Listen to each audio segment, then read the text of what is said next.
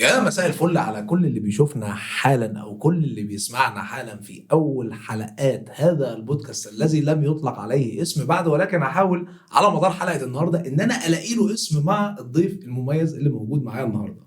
وبدون الدخول في مقدمات انا بس عايز اقول هنت صغير عن ضيف الحلقة النهاردة اللي هي اول حلقة بالنسبة لي واللي بتعتبر انطلاقة في هذا البودكاست، واللي انا بتشرف ان هو شرفني النهارده ووافق انه يكون ضيفي في اول حلقات برنامجنا ده او البودكاست ده. واللي انا عن نفسي يعني هقول له النهارده كلام كتير يمكن هو ما يعرفوش على مدار علاقتنا اللي استمرت اعتقد لحد دلوقتي داخله في 5 سنين او 6 سنين. العلاقه كرويه بحته، والعلاقه مبنيه في الاول وفي الاساس على المينتاليتي والاحترام. والراجل ده ما شاء الله مكسر الدنيا في الاونه الاخيره، ما شاء الله ما شاء الله. وانا عن نفسي بستمتع جدا جدا بالحلقات اللي هو بيقدمها في البودكاست الخاص بيه والمعروف باسم جول كاست. فخلونا نرحب النهارده بنجم جول كاست الاول الكابتن عبد الرحمن مجدي.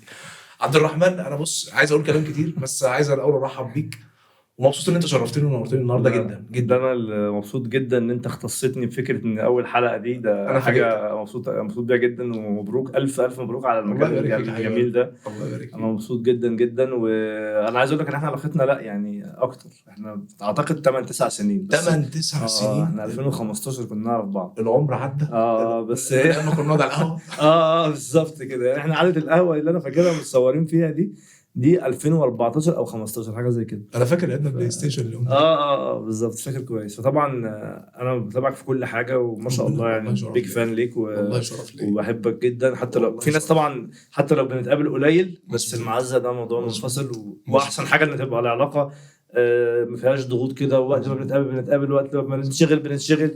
فعشان كده مبروك طبعا البودكاست، وانا الله يبارك متاكد فيك انه يا هيبقى حبيبي. حاجه الله يبارك. طب عالميه. في دماغك اسم ولا نكرر على مدار الحلقه بقى؟ خلينا نفكر كده. انا عايزك تفك، لان انا النهارده بقى لاول مره انت عمال تجيب الناس في جول كاست وتخليهم ياخدوا مساحتهم زي ما كنت لسه بتكلم معاك. والكل بيتكلم في الكوره تحديدا، والكل بيتكلم بقى على الخبايا جنرالي. انا بقى مش هبدا من كل ده. انا عن نفسي كزيزو انا عندي فضول اعرف عبد الرحمن لما بدأ في كارير الكرة عموما. انا لحد دلوقتي على فكرة متلخبط، مش عارف انت بدأت في الوكالة الاول كوكالة اللاعبين، ولا في اون سبورت لو انا فاكر صح، ولا كمتحدث رسمي للمنتخب، لان دي حاجة عايز اقول لك في ناس كتير جدا جدا ممكن ما تكونش عارفاها. كان شكلي صغير كده. ما هي دي بقى البداية منين يعني؟ دي كانت البداية. بص، اللي انت بتقوله ده كله كخطوات كبيره، يعني دي عمرها ما تبقى البدايه. الخطوات الصغيره هي البدايه، فاهم؟ فهي كانت البدايه ان انا الكلام ده ما كنتش بقوله زمان، بس الفتره الاخيره بقيت حاسس ان عادي يعني مش مستاهله، فبقينا نقول خلاص. انا وانا صغير، وانا عندي مثلا 16 17 سنه، كنت برضو كنت مشجع جامد قوي للاهلي، وبروح بقى الماتشات كلها وكده. وبدات من كتر ما اتسحلت حسيت ان انا بشوف في التمرين وبروح وبتاع، فبقيت اشوف اخبار بتحصل اشوفها في الجورنال بعدها بيومين 3. كان وقتها برضو المواقع يعني قليله جدا وكده، فقلت احنا هنعمل موقع للاهلي. فعملت موقع اهلي نيوز. انت اللي عامل اهلي نيوز؟ بالظبط. ده بجد والله؟ والله دي حاجه انا اول مره اعرفها. ما هي حاجه ناس قليله اللي تعرفها. موقع اهلي نيوز طبعا بدات انا واخويا كان في التكنيكال اكتر، وبيعمل ويب سايتس ومش عارف ايه وبتاع. طبعا هو دلوقتي برضو شريكي في كل حاجه، يعني اخويا الكبير. وانا كنت من الناحيه بقى الرياضيه، وكنا في ثانويه. انا كنت في ثانويه عامه، يعني اكبر مني، بس انا كنت في ثانويه عامه. انت ما شاء الله انت بدات ما شاء الله وانت في ثانويه عامه. يعني بدات بس كهوايه، لما كانش فيها فلوس طبعا، كهوايه. احنا عملنا موقع اهلي نيوز دوت، وبدا بقى بننزل كل يوم خبر خبرين بالكتير يعني. وخبر ده ممكن تجيبه مره من الجورنال، مره من حاجه شفتها، مره من موقع تاني، مره من حاجه شفتها، يعني حاجات زي كده. وبعد كده بدا فجاه، لان كانت الموضوع ده قليل، فبدا الناس يعني تقول لبعض عليه، وبقى يجي له ترافيك كويس، وجاله راعي. وطبعا كانت حاجه صعبه مش سهله، يعني جاله راعي. انا فاكر اول راعي جاله كان موقع اسمه استاذ اونلاين ده بيدي دروس خصوصيه اونلاين، كان اكتشاف بقى الموضوع ده. فده كان عايز يتارجت الشباب، فجالنا قال لنا انتوا بتخشوا عندكم فئه وكذا، يعني قصه كده. المهم عشان ما اطولش عليك، فالموقع ده لا انا عايز اطول براحتك. انا عايز اسمع. فالموقع ده بقى جامد جدا في وقت من الاوقات، وبقى منافس حد يعني لمواقع كبيره. وبعدين جيت في مره، كنت متابع رهيب للكابتن شوبير، بتفرج طبعا، كان كل يوم جمعه كوره مع دريم، ده كان بالنسبه لي الاسطوره يعني، وما زال طبعا بالنسبه لي كمان. فالكابتن شوبير، انا كنت في جروب على الفيسبوك اسمه الكوره مع دريم. ما كانش فيه بيجز، كان جروبس يعني بروفايل وجروب، ما فيش حاجه اسمها بيج. فاكر الفتره دي. فانا دخلت كنت بقى الجروب ده، طبعا ما فيش بقى جروبات رياضه كتير وبتاع، فده كان بقى ايه الناس اللي بتحب البرنامج بتخش الحلقه دي حلوه من الحلقه دي وحشه، مسحولين بقى مع بعض وبقينا ايه كوميونتي. وكان معانا سلمى شوبير. طبعا يعني برضو بقالنا كتير جدا ما كلمناش، وهي بس هي انا بعزها جدا ومتاكد ان المعزه متبادله يعني. وجيت في مره قلت لها بقول لك ايه معلش، ممكن هو انا يعني لو طلبت ان كابتن شوبير اروح اعمل معاه حوار لاهلي نيوز ينفع ولا يبقى صعب؟ فقالت لي انا قلت له هو موافق خلاص. امتى؟ قالت لي يوم السبت في اتحاد الكوره، كان هو نائب رئيس اتحاد الكوره. كابتن احمد شوبير يعني ليه الفضل بعد ربنا في اي حاجه انا عملتها يعني. فقلت له فعلا احكي لك بس انا تكمل احكي لك. فالمهم رحت فعلا. انا فعلا ساعتها احنا مش فاكر ده كان سنه كام، بس يعني مثلا عندي 18 سنه 19 سنه حاجه زي كده، 18 مثلا. فرحت له او 19 بالظبط، رحت له قلت له انا يعني قعدت الاول مستنيه، كان مشغول جدا، استنيت مثلا ساعتين 3 وعملت معاه حوار، وقعدت بقى فرغته وكتبته وروقت عليه وبتاع، ونزل. وبعد كده هو شافني بعدها بشهر كده في ايفنت رياضي كده، فقال لي انا قريته حلو قوي، انت كاتبه بصراحه مهني جدا وشكرا. بعدها بشهر كده قامت سلمى كلمتني، بعتت لي على الفيسبوك، قالت لي بابا عايز رقمك. قلت له بابا ده كابتن شوبير يعني؟ قالت لي قلت لها طبعا يا ريت يعني. فالمهم قام اتصل بيا قال لي ازيك يا عبد الرحمن عامل ايه؟ بكره انت تيجي ممكن بعد اذنك تقابلني ممكن تشتغل معايا؟ قلت له اشتغل معاك اكيد. قال لي انا عايز اشتغل معايا مراسل وبعد سنه تبقى مذيع. اقسم بالله دي اول مكالمه، يعني دي اول مكالمه. قال لي تبقى مراسل بعد سنه تبقى مذيع، وانا عايز ارتقي، عايز اخلي المراسلين بيتكلموا لغتهم مش عارف ايه وبتاع، وانت وكان واحد صديق تاني ليا برضو كان عارفنا برضو، قال لي انا كلمت فلان كمان بس مش عايز اقول اسمه يعني عشان ما استاذنتوش، وبتاع ده ويلا بينا يعني. فرحت له فعلا، اما قال لي يلا خلاص تمام مش عارف ايه بتاع، وعلى طول دخل واحد صديق بموت فيه اسمه وليد عبد السلام، ده ماسك للكابتن شوبير طبعا كل حاجه. طبعا الكابتن قال له عبد الرحمن بقى معانا يلا اول ماتش ايه مراسل كذا وبتاع. وبدات كده، دي كانت البدايه مراسل. وبعد كده بقى من مراسل الاول بطلع حاجات المسجله بس الى مراسل في الحاجات اللايف، ودي كانت خطوه على فكره حصلت بالصدفه بالغلط. يعني الكابتن شوبير حاطط اسمي بالغلط في حاجه فيها لايف، المفروض ان فيها لايف مقفوله على ناس معينه لان هم ففي مره كده حط اسمي بالغلط، فبعدها قال لي ايه ده انا حاطط اسمك في ماتش الزمالك والترسانه، تجرب. قلت له لا ده انا قتيل، ده انا في الحاجات دي ما بجليش. قلت له جرب طبعا، امال هي هتحصل امتى فاهم. ورحت وبعد كده طبعا مراسل لايف دي خلاص دي اول خطوه ان انت كده بقيت على الهوا بتحصل يعني بقيت تقدر ان انت تبقى على الهوا، فبالتالي لو دخلت استوديو مش ازمه يعني. وبعد كده بقى في قناه الحياه كابتن شوبير برضو عمل لنا برنامج انا وابراهيم فايق، كان استوديو تحليل مباريات ويجن، كانت بتيجي عندنا بعدها بيوم. يعني ينفع في قناه الحياه اول ما ان احنا نذيع ماتشات ويجن بعد ما تتلعب ب 24 ساعه. كان ويجن في مين بقى؟ ميدو وعمرو زكي، فكان في متابعه يعني. فكنا انا وابراهيم فايق بنستضيف مثلا الكابتن ضياء السيد ونتكلم على الماتش. وهو بيني وبينك كان برنامج ايه يعني، الكابتن شوبير عايز يحطنا فيه بس مذيع يعني، برنامج كده كان يعني ايه مش عايز اقول تلكيكه، بس هو الكابتن عايز يعني يفوقنا فاهم. انا بقول لك هو ده ذكاء، ده هو بصراحه بيقاتل على رجالته بشكل جامد جدا فاهم. برافو عليك يعني دي حته عنده بصراحه. انت قلت كل خبايا اللي هو الصنعه بتاعت الشغلانه بتاعته زي ما احنا بنقول. فعلا هو عايزك تبقى جامد يعني. انت بتشوف واحد ابوك بالزبط. انا اللي يعمل معاك كده ابوك بس، مفيش حد تاني، ابوك وشوبير بس. ما اللي يعمل معاك ان هو يقول لك لا انا لازم كذا، ويروح للقناه يقول له لا مفيش مساحه للشباب، يقول لهم لا مش هاجي غير بيهم. ايه يا عم في ايه؟ انت بتحارب عليا كده ليه؟ انا ممكن اخضك في السياق ده بدون قطع كلامك. لا على حته المحاربه في السياق ده. انا افتكر احنا يعني انا اول ما ظهرت مش هحكي لك القصه كلها، بس تاني مره اطلع هوا. اول مره طلعت هوا كان في نايل سبورت، ودي كانت حلقه كده اللي هي بالظهر، على حلقه الظهر اللي ما حدش بيشوفها دي غير اصحابي اللي هو والعيله اللي موصيهم بقى اتفرجوا وبتاع. الحلقه الثانيه كلمنا كابتن شوبير، وكنت انا وبازوكا وعمر. فجبنا صدر البلد ايام ما كان صدر البلد، خرج لنا برحب بينا، والله العظيم ما هنسى الترحيب بتاعه. لا انا متاكد. انا عارف، انا بقى بقول لك الكلام ده عشان عارف ان انت كانك شايف المشهد. فعلا ترحيب غير عادي، بيدينا ثقه بطريقه احنا مش متخيلينها. اللي هو انا حاسس ان الراجل ده يعرفني.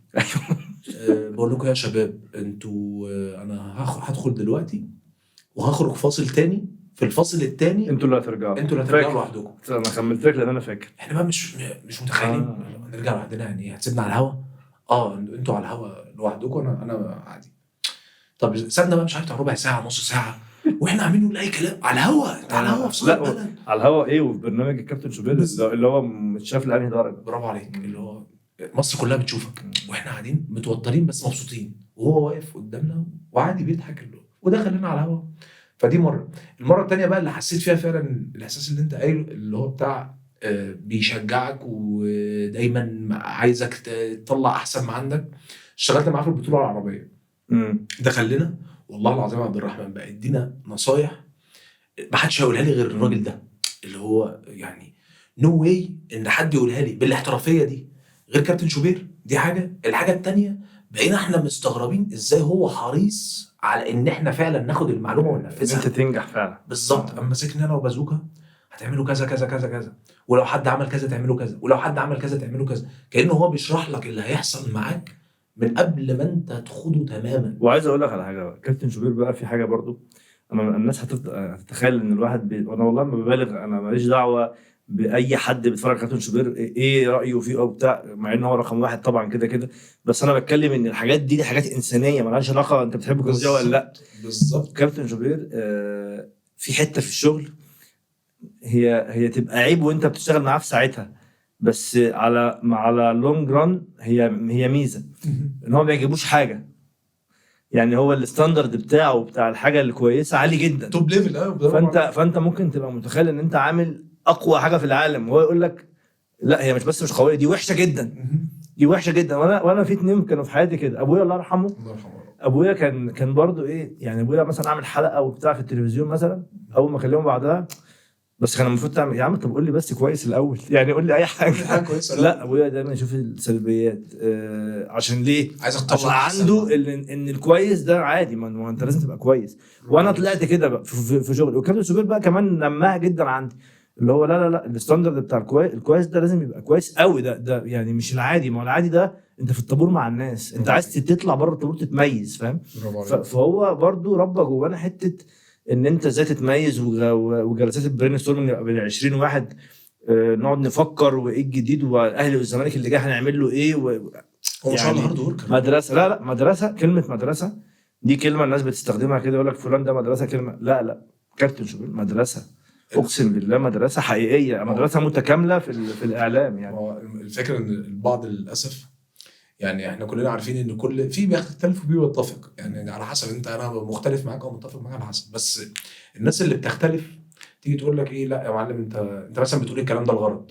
مثلا يا جماعه اللي هو الغرض عايز بالظبط. ده انا مش عايز حاجه. بالظبط. انا واحد من الناس، انا كزيزو، انا بقول لك الكلام ده ليه؟ لان انا يعني زي ما احنا بنقول ايه، ناكل للجميل يعني لو ما قلتش. برافو عليك. بالظبط. لان هو الراجل ده صاحب فضل عليا بعد ربنا، اللي هو لا اداني ثقه واداني نصايح على الاقل نفعني لحد دلوقتي. مساحه من الضوء ممكن كان صعب تاخدها في الوقت ده حصل طبعا معايا. فدي كانت خطوه عامه يعني. وبعد كده طبعا منها بقى بدات ان مذيع معروف شويه، وبعدين من مذيع معروف دي لقصه المنتخب.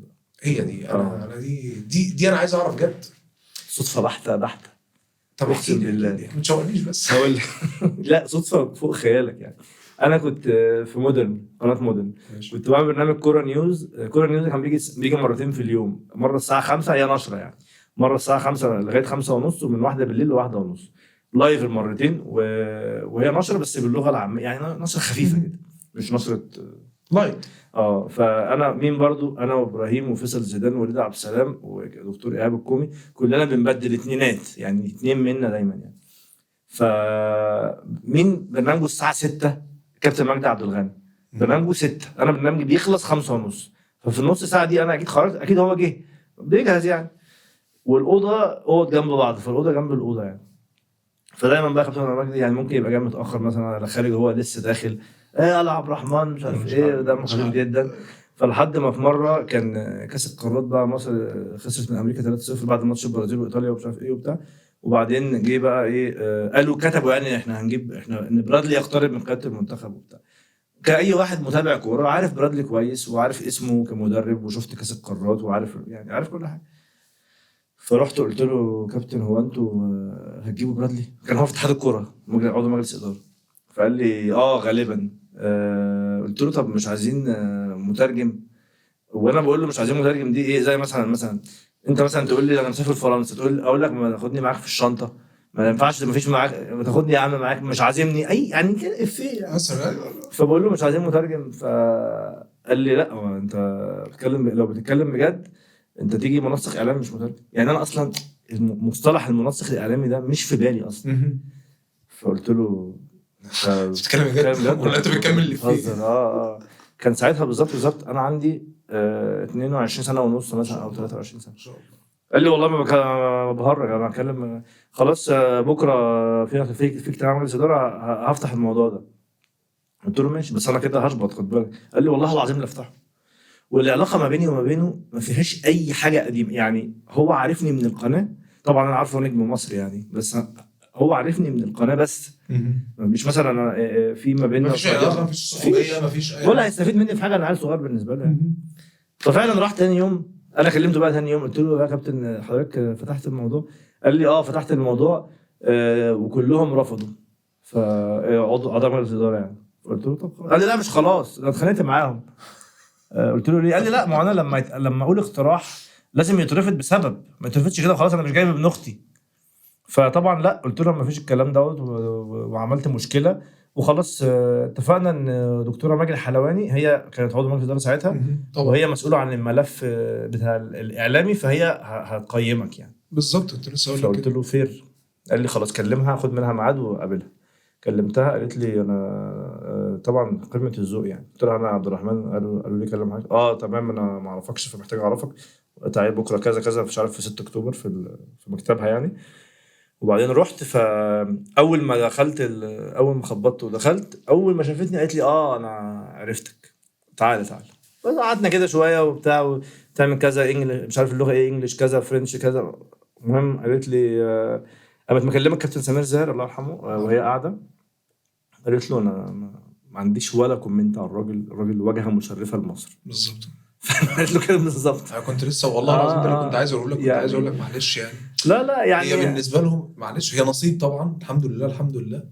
بس انا لو قاعد هقيم بقى زي ما احنا بنقول بالمهنيه، اللي هو لا بتتكلم اللي هو بتكلم اللي هو شكلك لطيف، طبعا شكلك لطيف، وجهه وفوق كل ده انت اوريدي اصلا ظهرت، يعني انت اوريدي في الميديا. بس خد بالك لما برجع بالزمن بقول لا برضو انا كنت محظوظ قوي يعني. لا دلوقتي انت بتتكلم في ناس مثلا والله العظيم ابدا، في ناس بتبقى واخده كورسز، في ناس دارسه يعني، بس هي بقى التوفيق يعني، عارف انت سعيد ربنا طبعا. انا كنت بص انا يعني في حاجه كده اتعلمتها برضو مش عايز ابقى مثالي قوي يعني، بس اقسم بالله دي حقيقه. انا مصدقك والله العظيم من غير ما انا بخبط على كل الابواب المغلقه اللي كمان صعب جدا انها تفتح، اللي هي 99% مش هتفتح، لان 1% يعني هي كده، لو انت ما خبطتش هي مش هتفتح كده خلاص كده، ده موضوع خلص. بس لو خبطت غالبا مش هتفتح، بس ممكن تفتح يعني. فانت لو خبطت يعني، لو هي في راسها 1%، لما تخبط على 100 باب في واحد هيفتح، ما هي 1% يعني، ده عرف 1%. فانا كنت ماشي يعني اي حاجه، عارف مثلا سكاي سبورتس عايز اشتغل، سكاي نيوز في ابو ظبي عايز اشتغل، BN، اقسم بالله حاجات دي وانا كنت صغير ولا باشا يعني. طب ابعت CV، لا والله مش انت لسه مش كويس، شكرا عادي خالص يعني فاهم. فخبطت، فده بقى من الابواب اللي خبطت عليها هو ده مفهوم السعي. ما عشان كده انا بحب فيك الحوار ده ما شاء الله والله العظيم. انا بقول لك بقول لك كلام انا ما قلتهولكش قبل كده خالص، بس انا بحب فيك الحاجات دي، اللي هو دايما بحسك ما شاء الله اللي هو لا انا بسعى، انا بعمل اللي عليا، والكرم بيبقى في الاول وفي الاخير بتاع ربنا. حتى لو ربنا سبحانه وتعالى ما فيش اراده مثلا من عند ربنا ان هو حتى يكرمك في الباب ده، بتحس دايما ان هو لا اكيد في ان شاء الله كرم في مكان تاني، انا مش عارف هي امتى وفين وازاي، بس انت سعيد. بص هو في حاجه برضو مفهوم خاطئ عند ناس، انت لما بتسعى في حاجه وما بتحصلش وتجيلك حاجه تانية انت ما ساعدتش فيها، غالبا مثلا واحد كلمك قال لك بقول لك ايه انا رشقتك في كذا مثلا، فالناس بالنسبه لها انت محظوظ جدا، انت محظوظ. بس انت كنت قاعد في بيتك الراجل كلمك قال لك تعالى. الناس دي ما تعرفش ان ربنا قال بيكافئك على السعي، بس ما حددش ان هو لازم يكافئك على السعي في المكان اللي انت سعيت فيه. بالظبط. ربنا شايف سعيك وانا بشوف ان ربنا يعني دي حاجه مش ما فيهاش وجهه نظر، ربنا عادل جدا. فانا بشوف ان جزء من عدل ربنا ده ممكن يبان لك في الحاجات اللي زي كده. ربنا يا رب انت عارف انا سعيت في انا تعبت في كذا، انا ظروفي ما خلتنيش اعرف اسعى بالشكل اللي انا كنت في ابتلاء تاني او فربنا بيكافئك في امور. فكده كده اللي من بره ده لا يمكن يبقى شايف الصوره كامله، فاهم؟ انت اللي تبقى عارف ربنا، انت تبقى عارف ربنا عمل معاك ده ليه، تبدا انت تبقى حاسس ان ده نتاج ايه. ده يعني كرم من عند ربنا، لان انا تعبت يا رب، انا تعبت. بس مش لازم تبقى صدفه وبحته وبد محظوظ، مش هياش كده والله. ما هو للاسف كل واحد بيشوف الصوره من منظوره هو. يعني معلش انا اسف انا بقول لك الكلام ده، ومش ده مش عشان انا عارفك، يعني مش عشان عارفك شخصيا، لا احنا شوف احنا بقالنا دي ما تقابلناش سنين. بس بالظبط. بس ليه انا واحد من الناس، انا عارف انت اللي هو ايه، عبد الرحمن مثلا، والله العظيم يعني انت مثلا اول ما بدات جول كاست انا اتبسطت لك بطريقه انت مش ممكن تتخيلها. عارف ليه؟ لان انت عارف انت يعني تستحق ان انت تكون موجود بشكل مستمر على الساحه دي لمهنيتك، لان انا عارف قد ايه انت مهني، لان ما انا هي عارف الساحه قد ايه انت صعبه فاهم خد ده. بالك، يعني هي الساحه صعبه انا جدا. عارف بس انت بتسعى، فدي حاجه انا بحبها. لازم تقرن المكان بتاعك. ولما لقيتك عملت جول كاست، عارف انت اللي هو الحمد لله ان ربنا كرمه في ده، وانا عارف ان دي الحمد لله حاجه بتاعتك، فاللي هو عايزك عارف انت اللي هو فيل فري، اللي هو يلا يا معلم انا مستنيك. ده بس ليه قصه برضه بحكيها لك يعني. طب حلو يعني فاهم. احكي لي على ده، انا في حاجات عايز اسالك عليها، بس كمل انا سايبك بس تكمل. طبعا يعني بس يعني وبرضه اخر حاجه في الحته دي الشخص احيانا برضه يعني بيبقى فاكر. يعني ساعات مثلا برضه حد يقول لي مثلا ايه انا والله ده انا يا ابني حزقت حزق في الموضوع الفلاني، وفي الاخر لما اشتغلت في حاجه تانية. يا ابني ما هو انت التعب اللي تعبته ده هو ده اللي يعني. بس احيانا الربط ما بيبقاش كده. بس انا مؤمن جدا بكده، انا مؤمن جدا ان السعي ده واجب، والنتيجه ربنا ما وعدش بنتيجه معينه، ربنا امر بالسعي، وده اللي انت لازم تعمله كده كده. مساله ما فيهاش يعني ما فيهاش جدال ولا فيها نقاش ولا فيها اراء، انت لازم تسعى كل الاحوال، وقد ما بتسعى قد ما يعني هيبقى في نتائج مختلفه بصور مختلفه يعني. فالموضوع المنتخب طبعا ده كان بالنسبه لي، انا رحت المنتخب، اشتغلت في المنتخب في جيل عمالقه، يعني جيل كابتن حسن شحاته كان لسه ماشي، وجيل ابو تريكه، عماد متعب، محمد زيدان، عصام الحضري، وائل جمعه، سيد معوض، احمد حسن، حسام غالي، مش عارف ايه اسامي يعني فتاكه. فانت مثلا عندك 23 سنه ونمت وصحيت الصبح لقيت نفسك بجد بتاكل وتشرب وتفطر وتتغدى وتتعشى وتركب الاتوبيس وكده مع الناس دي، ولحد ما انت بقيت منهم. احنا معلش احنا 30 واحد بنمثل الكره المصريه بالظبط، الجهاز بلعيبه يعني. احنا 30 بنسافر قطر، احنا منتخب اهو، احنا لابسين لبس المنتخب. فانت اتحطيت في حته انت بجد بتمثل اللعبه الشعبيه الاولى في مصر اللي 110 مليون بني ادم بيتفرجوا عليها وبيموتوا فيها، وانت جنب النجوم دي وليك شغلك وليك امورك وبتمثل مصر ويجي النشيد الوطني وانت قاعد على الدكه جسمك بيقشعر. ده 100%، ده 100%، ده مش هزار يعني. بديهي ايوه بجد. انت ال 100,000 اللي في الاستاد مثلا انت اللي بتشتغل لهم، انت اللي بتشتغل في حاجه اللي هتفرحهم، فانت اللي هتفرحهم. برافو عليك. بعتبر نفسي لعيب يعني جزء من مش انا اللي المنظومه بجيب يعني. الجون وكل حاجه، بس انت جزء لعيب زي المدلك، زي العامل، زي الدكتور، زي المدير الفني، زي اللعيب. فطبعا يعني كانت فتره بالنسبه لي نقلتني يعني. انت كنت موجود في الماتش بتاع ال6-1. انا كنت مشيت قبله، كنت استقلت قبله يعني، لان كانت اسباب بقى كتير بقى. احنا في الاتحاد طبعا كان في ناس كتير معارضه لفكره ان حد يبقى عنده 23 سنه يشتغل، ومن اول يوم دخلت الاتحاد كان في ناس كتيره مش حابه ان انا ابقى موجود يعني، وليهم طبعا رايهم يعني وليهم احترامهم. بس يعني مهندس احمد مجاهد مثلا كان شايف ان وجودي غلط. غلط ولا هو يعني كان مره سالته قلت له انت يعني في ايه خلاص قال لي لا انا شايف ان انت كان المفروض تتدرج في الاول في المنتخبات، ما ينفعش تشتغل في المنتخب الاول على طول وبتاع. قلت له ما انا ما كنتش هاجي اصلا، لو كنتش هوافق اصلا اشتغل منسق اعلامي منتخب الشباب. مع احترامي يعني مش قصدي حاجه، بس انا مذيع، انا سبت التلفزيون، كنت بطلع في التلفزيون كل يوم في مودرن، سبت المجال ده عشان اكيد مش هروح عشان اشتغل في الشباب مثلا. طب معلش انا قال اسف يعني بدون قطع كلامك، بس عشان الجزئيه دي بالنسبه لي الحاجات دي بتعصبني شويه. هو ايه إيه اللي حصل؟ يعني ايه الايشيو اللي حصلت منك، او ايه الغلطه انا اسف اللي حصلت منك تخليه يقول لك كده مثلا؟ ما هو ده يبقى المفروض يكون بناء على غلطه او بناء على تصرف او بناء على اي حاجه. انا متاكد ان ده ما حصلش. لا مفيش. اوت اوف نو وير. اوت اوف نو وير. هو كان شايف ان القرار من الاول غلط، يعني في ناس تانية اولى من الموضوع. وبعدين كان المهندس احمد مجاد عنده اقتناع لغايه دلوقتي ان منصب المنسق الاعلامي ده منصب للمجامله لغايه دلوقتي. يعني هو اصلا اول حاجه عملها لما جه في اللجنه الثلاثيه لغى المنسقين الاعلاميين. فانا عارف المنصب ده مش موجود. لا ما هو ما بيحبش المنصب ده يعني ايا كان يعني. وحاجات زي كده واشخاص تانيين برضو يعني مش عايز اقول اساميهم، هبقول لك ليه يعني مش لا انا والله مش تقطيعا في حد. لا انا بتكلم على الاكشن نفسه. بس طبعا بقى يعني ايه كان بيحصل معايا حاجات هقول لك منها موقف واحد وقيس عليها يعني. احنا مره مثلا كنا في معسكر كنا في ماتش ودي في اسبانيا ضد شيلي. الماتش ده كان اتلعب في استاد اتلتيكو مدريد، والمهندس احمد مجاد كان موجود هناك، كان هو رئيس البعثه. وبعدين برادلي قال لي ان هو هيقعد في اسبانيا بعد ما المنتخب هيمشي، هو هيقعد ماشي هيشوف ماتش ريال مدريد واشبيليه وبتاع. وقال لي لو عايز تقعد معانا وبتاع. طبعا عايز اقعد. طب خلاص ماشي انا هقول.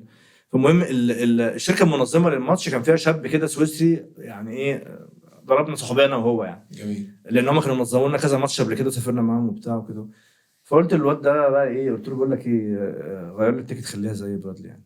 فقال لي خلاص ماشي وبتاع. المهم رحت المهندس احمد مجاد، قلت له انا بستأذن حضرتك بس ايه ان انا مش هرجع مع لو معاك ما عندكش مشكله يعني، وهرجع هقعد مع الراجل يعني. هو كان قال لي وكده وبتاع.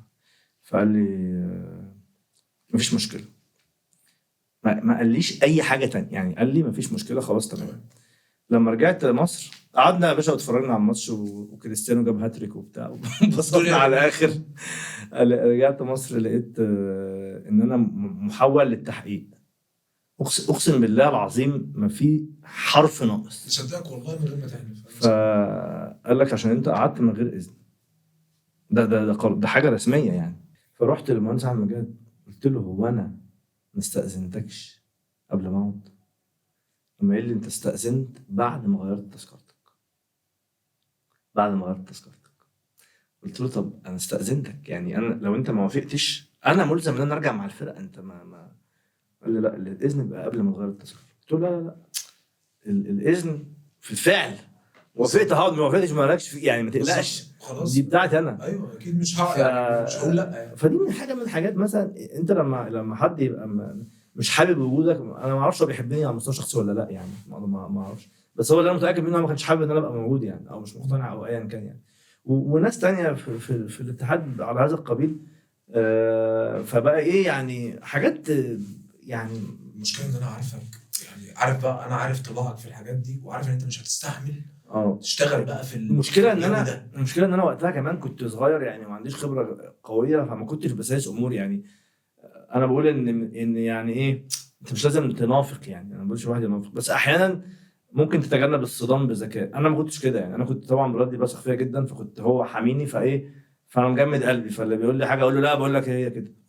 مره مثلا نائب رئيس الاتحاد وقتها قال لي ايه ده وانت ازاي بتترجم؟ كان حصل تصريحات من الاتحاد، حاجات ليها علاقه ببرادلي سلبيه. فطبعا قلت له طبعا ما انت بص، انت منسق اعلامي مترجم يعني، الراجل ده ما بيتكلمش عربي فمش هيفهم حاجه اللي انت بتقولها له بالظبط. فانت اللي هتخبيه عليه اللي انت شايف ان اللي هو المفروض يعرفه لازم تترجمه. ما بقولكش انت تترجم له مثلا اللي جيرانه بيقولوه، لا تترجم له اللي يخصه. مش معناه نتيجه ترجم له الكونفرسيشن بس، لا اللي يخصه هو لازم يبقى راجل كانه بيتكلم عربي بالظبط. عايز ابقى قاعد ملم باللي بيحصل حواليا. فقلت له يا باشا حصل 1 2 3 4 عشان بس تبقى عارف، والنهارده في تصريحات 1 2 3 4. فراح لهم الاتحاد، احنا كنا بنروح على طول. فراح الاتحاد قال لهم هو ليه حصل كده؟ قام قال لي انت اللي ترجمت له؟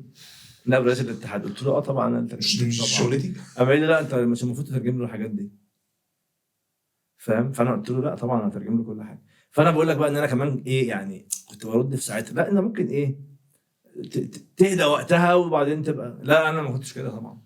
ما عشان انت شايف ان اللي بيتقال لك ما هوش ايه ده اصلا ايه ده فاهم؟ انا دي شغلتي. بتتكلم في ايه؟ انت جاي تقول لي ما تشتغلش، يعني انت كانك بتقول لي لا بس ما تشتغلش. لا ده انت جاي بتقول لي كمان خبي يعني أيوة، باب ما الامانه. انا مش عايز اقولها. الراجل ده نايم في بيت، نايم في بيته مطمن، لان عارف ان لو بيحصل حاجه انا هقول له. طب انا لما ما اقولوش مين اللي هيقول له؟ ما حدش هيقول له، فاهم؟ ف... فطبعا حاجات زي كده كتير. مش عارف مثلا زميل مثلا مراسل مثلا في قناه يقول لي بقول لك ايه مثلا هاخد منك كلمتين مثلا عن كذا، فاطلع مثلا معاه يقولوا لي انت ايه ده تطلع في التلفزيون ليه؟ انت ما مش المفروض تطلع في التلفزيون، في متحدث اسمي هو اللي هيطلع، وما كانش عندنا ولا متحدث ولا بتاع، ما انا منسق اعلامي يعني، فاهم؟ يعني انا موجود. في ناس كانت بتقول متحدث رسمي، قالوا لا مش متحدث رسمي، محدش قال متحدث رسمي. قصه كان فيها ايه يعني، عارف انت إيه؟ ناس محموقه قوي يعني، فاهم يا جماعه في ايه ده؟ انا ابسط من كده. مره كنا في عمان، كنا في مدينه اسمها صلاله، وصلاله دي بقى ايه سويسرا خضره بتاع. فنزلت يا باشا ايه، خرجت انا والكابتن سمير عدلي، كابتن سمير عدلي ربنا يديله الصحه، مدير اداري المنتخب، مديرنا كلنا، مدير المنتخب.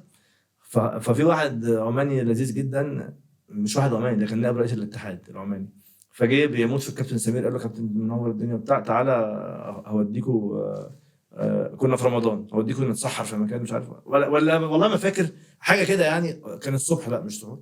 فخرجنا طلعنا جبل كده وتصورت في مكان خضره رهيبه جميل. بلبس المنتخب يعني، ونزلتها على الفيسبوك عندي بيرسونال خالص.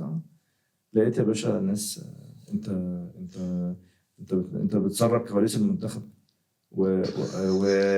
واحنا متعاقدين على الكواليس دي انها تبقى لقناه كذا، كانت قناه الحياه اعتقد وقتها، فانت كده خرقت العقد وما ينفعش يعني. بص حاجات دي تلاكيك انتوا يا جماعه يعني عايزين نمشي خلاص.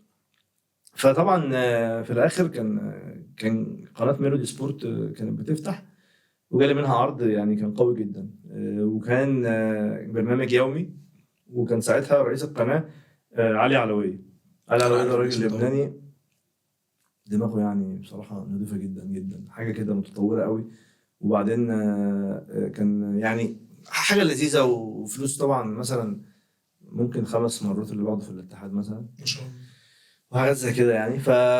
وزائد طبعا انت زهقان، هو في الطبيعي انا مفيش حاجه ممكن تخليني امشي، لان احنا عايزين نوصل كاس عالم وعندنا ميشن معينه، فانت لا يمكن تسيبها في نصها يعني، مش عشان انت يعني مؤثر قوي يعني، بس عشان وفي نفس الوقت بالظبط ليا انا يعني، ليه انا عايز اوصل معاكم كاس عالم، لان احنا كنا شايفين ان احنا هنوصل يعني، لان كان فاهم وكنا هنوصل فعلا. بس لكن لما بقى جه الموضوع دوت وكده، رحت بقى قلت للراجل كده استاذنك بقى ايه استقالتي الجميله، وقمت لا قلت للراجل الاول، قال لي فكر كويس وبتاع، وشرحت له، قال لي بصراحه معاك حق وكده. ورحت كان في اجتماع مجلس اداره شغال، دخلت لهم ورقه كده ونزلت على كل يعني قلت انا مش عايز احط باب رجعه يعني تعالى انت كمان لوحدك. قلت لكل بقى زمايلي انا اصلا مش هروح تاني خلاص، انا شكرا كده وبتاع. وتاني يوم كنت في القناه يعني، انا كنت مضيت بقى اصلا يعني، ولا عملوا لي عقد طبعا ولا نيله، هم اصلا يعني نفسهم ان انا ما اجيش تاني يعني، فاهم؟ بس انت بتعمل كده اللي هو معلش برضو يعني، انا برضو اللي هو لا انا لازم اقول لكم انا مش عايز اكمل. انا فعلا لان انا عارف كمان ان لو انا ما قلتش هم يقولوا ان هم مشوني بالظبط يعني، فاهم؟ انا متاكد، برافو، ده كده كان هيحصل يعني. انا متاكد من كده. خليك ما خدش الاذن قبل ما ترجع. يعني لا بصراحه يعني كانت تجربه ممتعه جدا. انا لو كان عندي خبره وقتها كان ممكن عرفت يعني اقول لك على حاجه، كان في طرق ان انت ممكن تخلي حد ما بيحبكش يعني تسايسه، مش تنافقه، تسايسه يعني بس ما كانش عندي طبعا الكلام ده وقتها. ما انا عارف انت هشوفها حاجتين، هشوفها ان انت اكيد كسبت خبره من ده، وانت اكيد عارف ده، انا فاهم ده.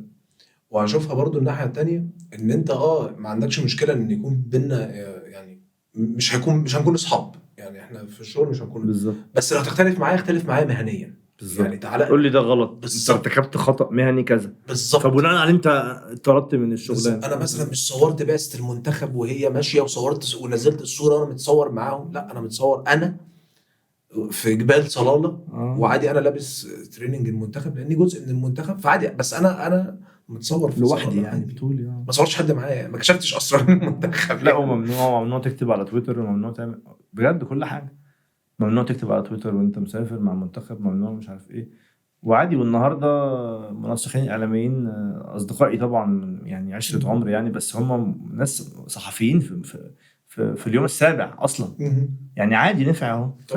فهي ايه والله ما قصدي حاجه عليهم برضو، دول أيوة. الناس على راسي أيوة، يعني، أنا بالعكس. فاهم. ولما شافوني واحنا مسافر مره، كنت بقى منتخب كان في الكويت ورحت، والناس يعني شالتني من على الارض. هم فعلا صحابي جدا.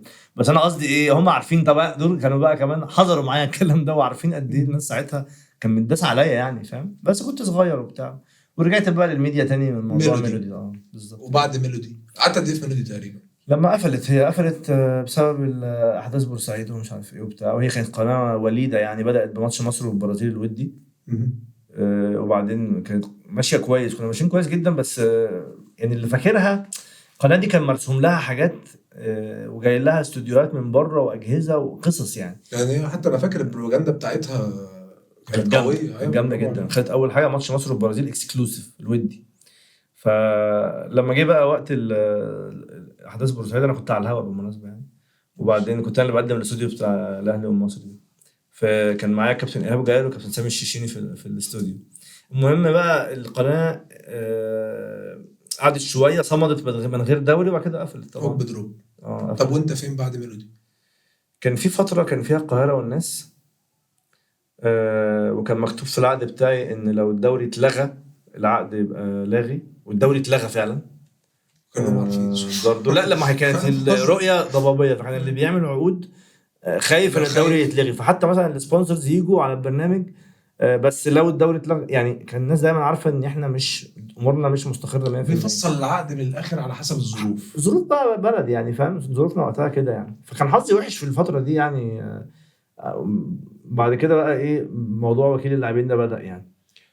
كمل الموضوع وكيل اللاعبين، انا عايز اعرف بدأ ازاي. لان انا كمان ده انا هقول لك على حاجه بقى من الحاجات اللي عرفتني شخصيتك في حته وكاله اللاعبين دي. حاجه انا اصلا هقولها لك لاول مره، بس كمل. انا عايز اعرف دخلت منين حته وكاله اللاعبين. هقول لك برضه فترة المنتخب كان يعني قربتني من لعيبة كتير يعني، بالذات اللي كانوا صغيرين يعني، بالذات الجيل اللي كان صغير. انا كان عندي 23 سنة، ويجي مثلا الناس اللي اصغر مني بثلاث اربع سنين، اللي هم عمر جابر مثلا، محمد ابراهيم، عسل عمر. روح حبيبي. مش عارف صالح جمعة. بس كان بكلمك عمر جابر ومحمد ابراهيم، اسلام رمضان، مثلا محمود علاء، مش عارف ايه. بس كان مثلا يعني عمر ومحمد ابراهيم كانوا يعني، كان في دايما لغه اقرب. حوار يعني.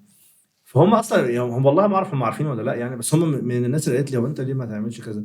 ده انت لو بقيت وكيل لاعبين، ده انت احنا بندور على حد نثق فيه يعني وبتاع ومش عارف ايه. ف وانا كنت سافرت بقى مع منتخب كذا حته، كونت علاقات مع الناس ومش عارف ايه. فقلت لهم والله انا اصلا عايز يعني، انا بفكر. وكنت دايما حاسس ان موضوع اداره اللعيبه ده امتع من اللعب يعني. بحس ان هو ايه، ان انت يبقى معاك 3 4 لعيبه او 5 لعيبه او 10 لعيبه، واللعيب ده انت بتوجهه وبتوديه النادي وما اعرفش ايه، وتروح مع هو بيمضي كده، حاجه صايعه كده من جايه كده في الشياكه كده حاجه شياكه كده وبتاع، وايجنت وبتاع ومش عارف ايه. فعجبني فعلا الموضوع. فبقيت ايه، حاولت ان انا بقدر الامكان كده ابدا افتح كونتاكتس وبتاع. واول كانت خطوه حقيقيه يعني، كان كنت اتعرفت على علي غزال. علي غزال كان جالي حلقه في القاهره والناس يعني، طلبت ضيف وجه. فقلت له انا عايزك تعرفني يعني، قلت الكلام ده لكذا حد يعني، بس علي كان اللي استجاب بسرعه يعني. تعرفني على وكيلك والنادي بتاعك او كده. قال لي يا باشا تعالى ماديرا في البرتغال، واعرفك على الناس كلها ومش عارف ايه. رحت له، اتفقنا على موضوع صالح جمعه في ساعتها على طول يعني. رحت له عرفني على الوكيل بتاعه. صالح جمعه كان بيلعب كاس افريقيا الشباب وكاس العالم بعدها وكده، احسن لعيب في بطوله افريقيا على ما اذكر يعني، وكده مش عارف ايه وبتاع، ايجيبشن انيستا ومش عارف ايه. وايه بدا موضوع صالح دوت. كان يعني انت اللي اول مودي صالح مدير. طبعا هي دي انا مشكلتي مع صالح انت عارف يعني. اه صالح انا عارف انت اللي هو يا صالح انت موهوب قوي وحاجه في الحاجات مواضيع كتير الكلاسيكيه قوي اللي هي بس المختلفه. طبعا صالح يعني، صالح جمعه ده انت بتتكلم على يعني، حريف حريف بشكل مش لا عادي لا، يعني. حاجه محدش في مصر. انا عذر الناس اللي ما تعرفش البوتنشال بتاعه كان ايه يعني، لان هو طبعا ما وراهمش الكلام دوت. بس صالح كان المفترض ان هو في الكاتيجوري بتاع تشافي وانيستا وبيرلو كده. بالظبط. وانا اعتقد ان كان يعني كان ده ممكن يكون كان التراك عنده بتاعه. حاجات ممكن يبقى احسن منهم يعني. انا ده تخيل. وخد بالك اللي اكد على كلامي مدربه في ناسيونال مادريد، قعد يقول له انت يعني، كان يقول لزمايله انتوا لازم تتمتعوا بوقتكم معاه، لانه مش هتعرفوا تتكلموا معاه للدرجه دي؟ هيروح لا، وصالح كمان اول ما راح البرتغال كان حاجه مرعبه يعني. كان فاكر الماتش كان مع بورتو، الناسيونال مش النادي اللي يكسب بورتو يعني، وكان عمل ماتش رهيب. وتشوف لو شفت الهايلايتس بتاعته في البرتغال، لا سريع جدا، خفيف جدا، انترنت مش عارف ايه، واحد على واحد، سروب باليمين سروب بالشمال، شوطه باليمين شوطه بالشمال، كورنر من هنا يلعبه بالشمال، كورنر من هنا يلعبه باليمين، يرجع يدافع ويعمل تاكلينج، ياخدها ويقوم ويروح يرزع سبرنت 60 ياردة. ده اللي هو اللعيب اللي النهارده 100 مليون اللي انت بتتكلم عليه، ده اللي هو ده اللعيب اللي بفلوس كتير، بروفايل اللعيب اللي بفلوس كتير فعلا يعني. ومهم يعني كان ده ترانسفير، ده ترانسفير. وانا هناك كنا الكلام ده يوم 9 يناير، فقلت هقعد في البرتغال لاخر يناير، ايه ادوس في كام حاجه كده. كنت كان عندي برضو سعي في كذا اتجاه كده، وبعدين كان من ضمنهم شيكابالا. بس طبعا شيكابالا كان وقتها راجع من الوصل الاماراتي وبقاله كتير ما بيلعبش. واحنا كنا بنقول لو يسافر، يعني عنده 28 سنه، فلو يسافر وبتاع، فبنعرض على انديه متوسطه مفيش حاجه بتلضم وبتاع، لحد ما سبحان الله يعني كان الايجنت اللي انا بقى اتعاملت معاه، وكان في معانا ايجنت ثالث. الايجنت الثالث ده لشبونه السبورتنج. قلت له ازاي يعني؟ ازاي يعني سبورتنج لشبونه ده؟ يعني حتى احنا ما اتكلمناش انترنالي ان احنا نكلمهم اصلا. قال لي لا انا كلمتهم وبقالي كام يوم هم خلاص دان. قلت له ازاي يعني؟ انا مش مصدق بصراحه. قلت له كده والله انا مش مصدق. فقلت له لا لازم يعني. طب قال لي طبعا يعني المفروض نصدق ازاي؟ قلت له يعني لازم عايز ابروف، اشوف حاجه، يا اما على الورق يا اما اشوف بعناية، وافضل ان انا اشوف بعناية. قال لي خلاص تعالى نقابل ايناسيو. كان ايناسيو هو المدير الرياضي للسبورتنج اللي مسك الزمالك بعد كده. عارفه طبعا، فاكره ونضاره اوجستو ايناسيو. قال لي تعالى نقابله. فقلت له ماشي يلا نقابله. فقال لي بس انت في مدينه؟ قلت له لا هاجي لك يا حبيبي عادي. قمت راكب الطياره ثاني يوم ورحت بورتو. كانوا هم طبعا هم في لشبونه، بس هم كانوا عندهم ماتش في الكاس في بورتو، هنقابله بعد الماتش يعني. وانا طبعا ما اعرفش اصلا مين ايناسيو، ودخلت بقى على جوجل عشان اشوف شكله، عشان لما اقابله اعرف ان ده هو. وفعلا احنا داخلين الميعاد يعني انا عمال اقول هو ده هو فعلا. لان هي حاجه كانت والله مش عشان شيكابالا لعيب قليل، شيكابالا اجمد واحد في العالم، بس بنتكلم وقتها مفيش منطق يعني، بقاله كتير ما بيلعبش يعني 28 سنه. شيكابالا يا باشا يروح برشلونه مش سبورتنج، بس يعني في عزه وهو بيلعب 20 سنه لا وهو بيلعب يا سيدي حتى لو 28 بس هو بيلعب وكسر الدنيا. انما في الحاله دي ما كانش يعني حاجه منطقيه قوي يعني. فطبعا سبحان الله يعني. والديل ده طبعا خد صيت لاسباب كتير. اولا طبعا اسم شيكابالا يعني علاني جدا جدا جدا. اي حاجه تربطك بنجم زي شيكابالا تنقلك يعني. فطبعا الحاجه التانية كمان اللي خدمتني كصيت، الشكل الدرامي اللي خلصت بينا، خلصت في اخر ثانيه، اخر 7 ثواني في بجد.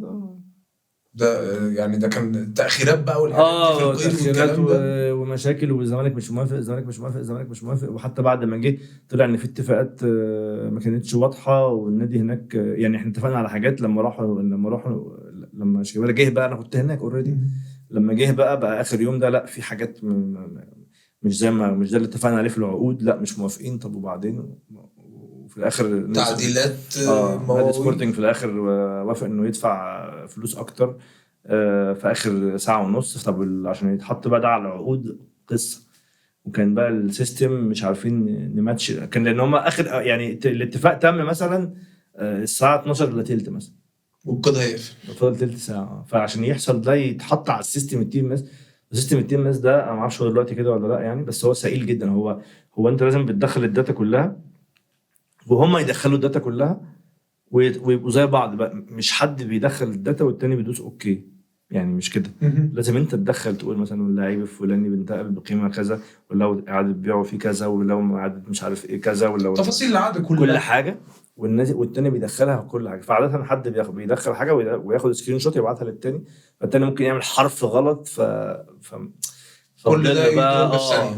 فالموضوع ده عمالين بقى ريفرش والله يعني. فعلا هو تم الساعه 11:59 دقيقه و53 ثانيه و53 ثانيه. وخد بالك عندي جرايد في البرتغال كلها ويومها وهي بتقول ان الصفقه تمت اخر 7 ثواني ويعني التراجيديا لو منك تقوم نازل عامل السين اللي هو السين كان لازم بصراحه.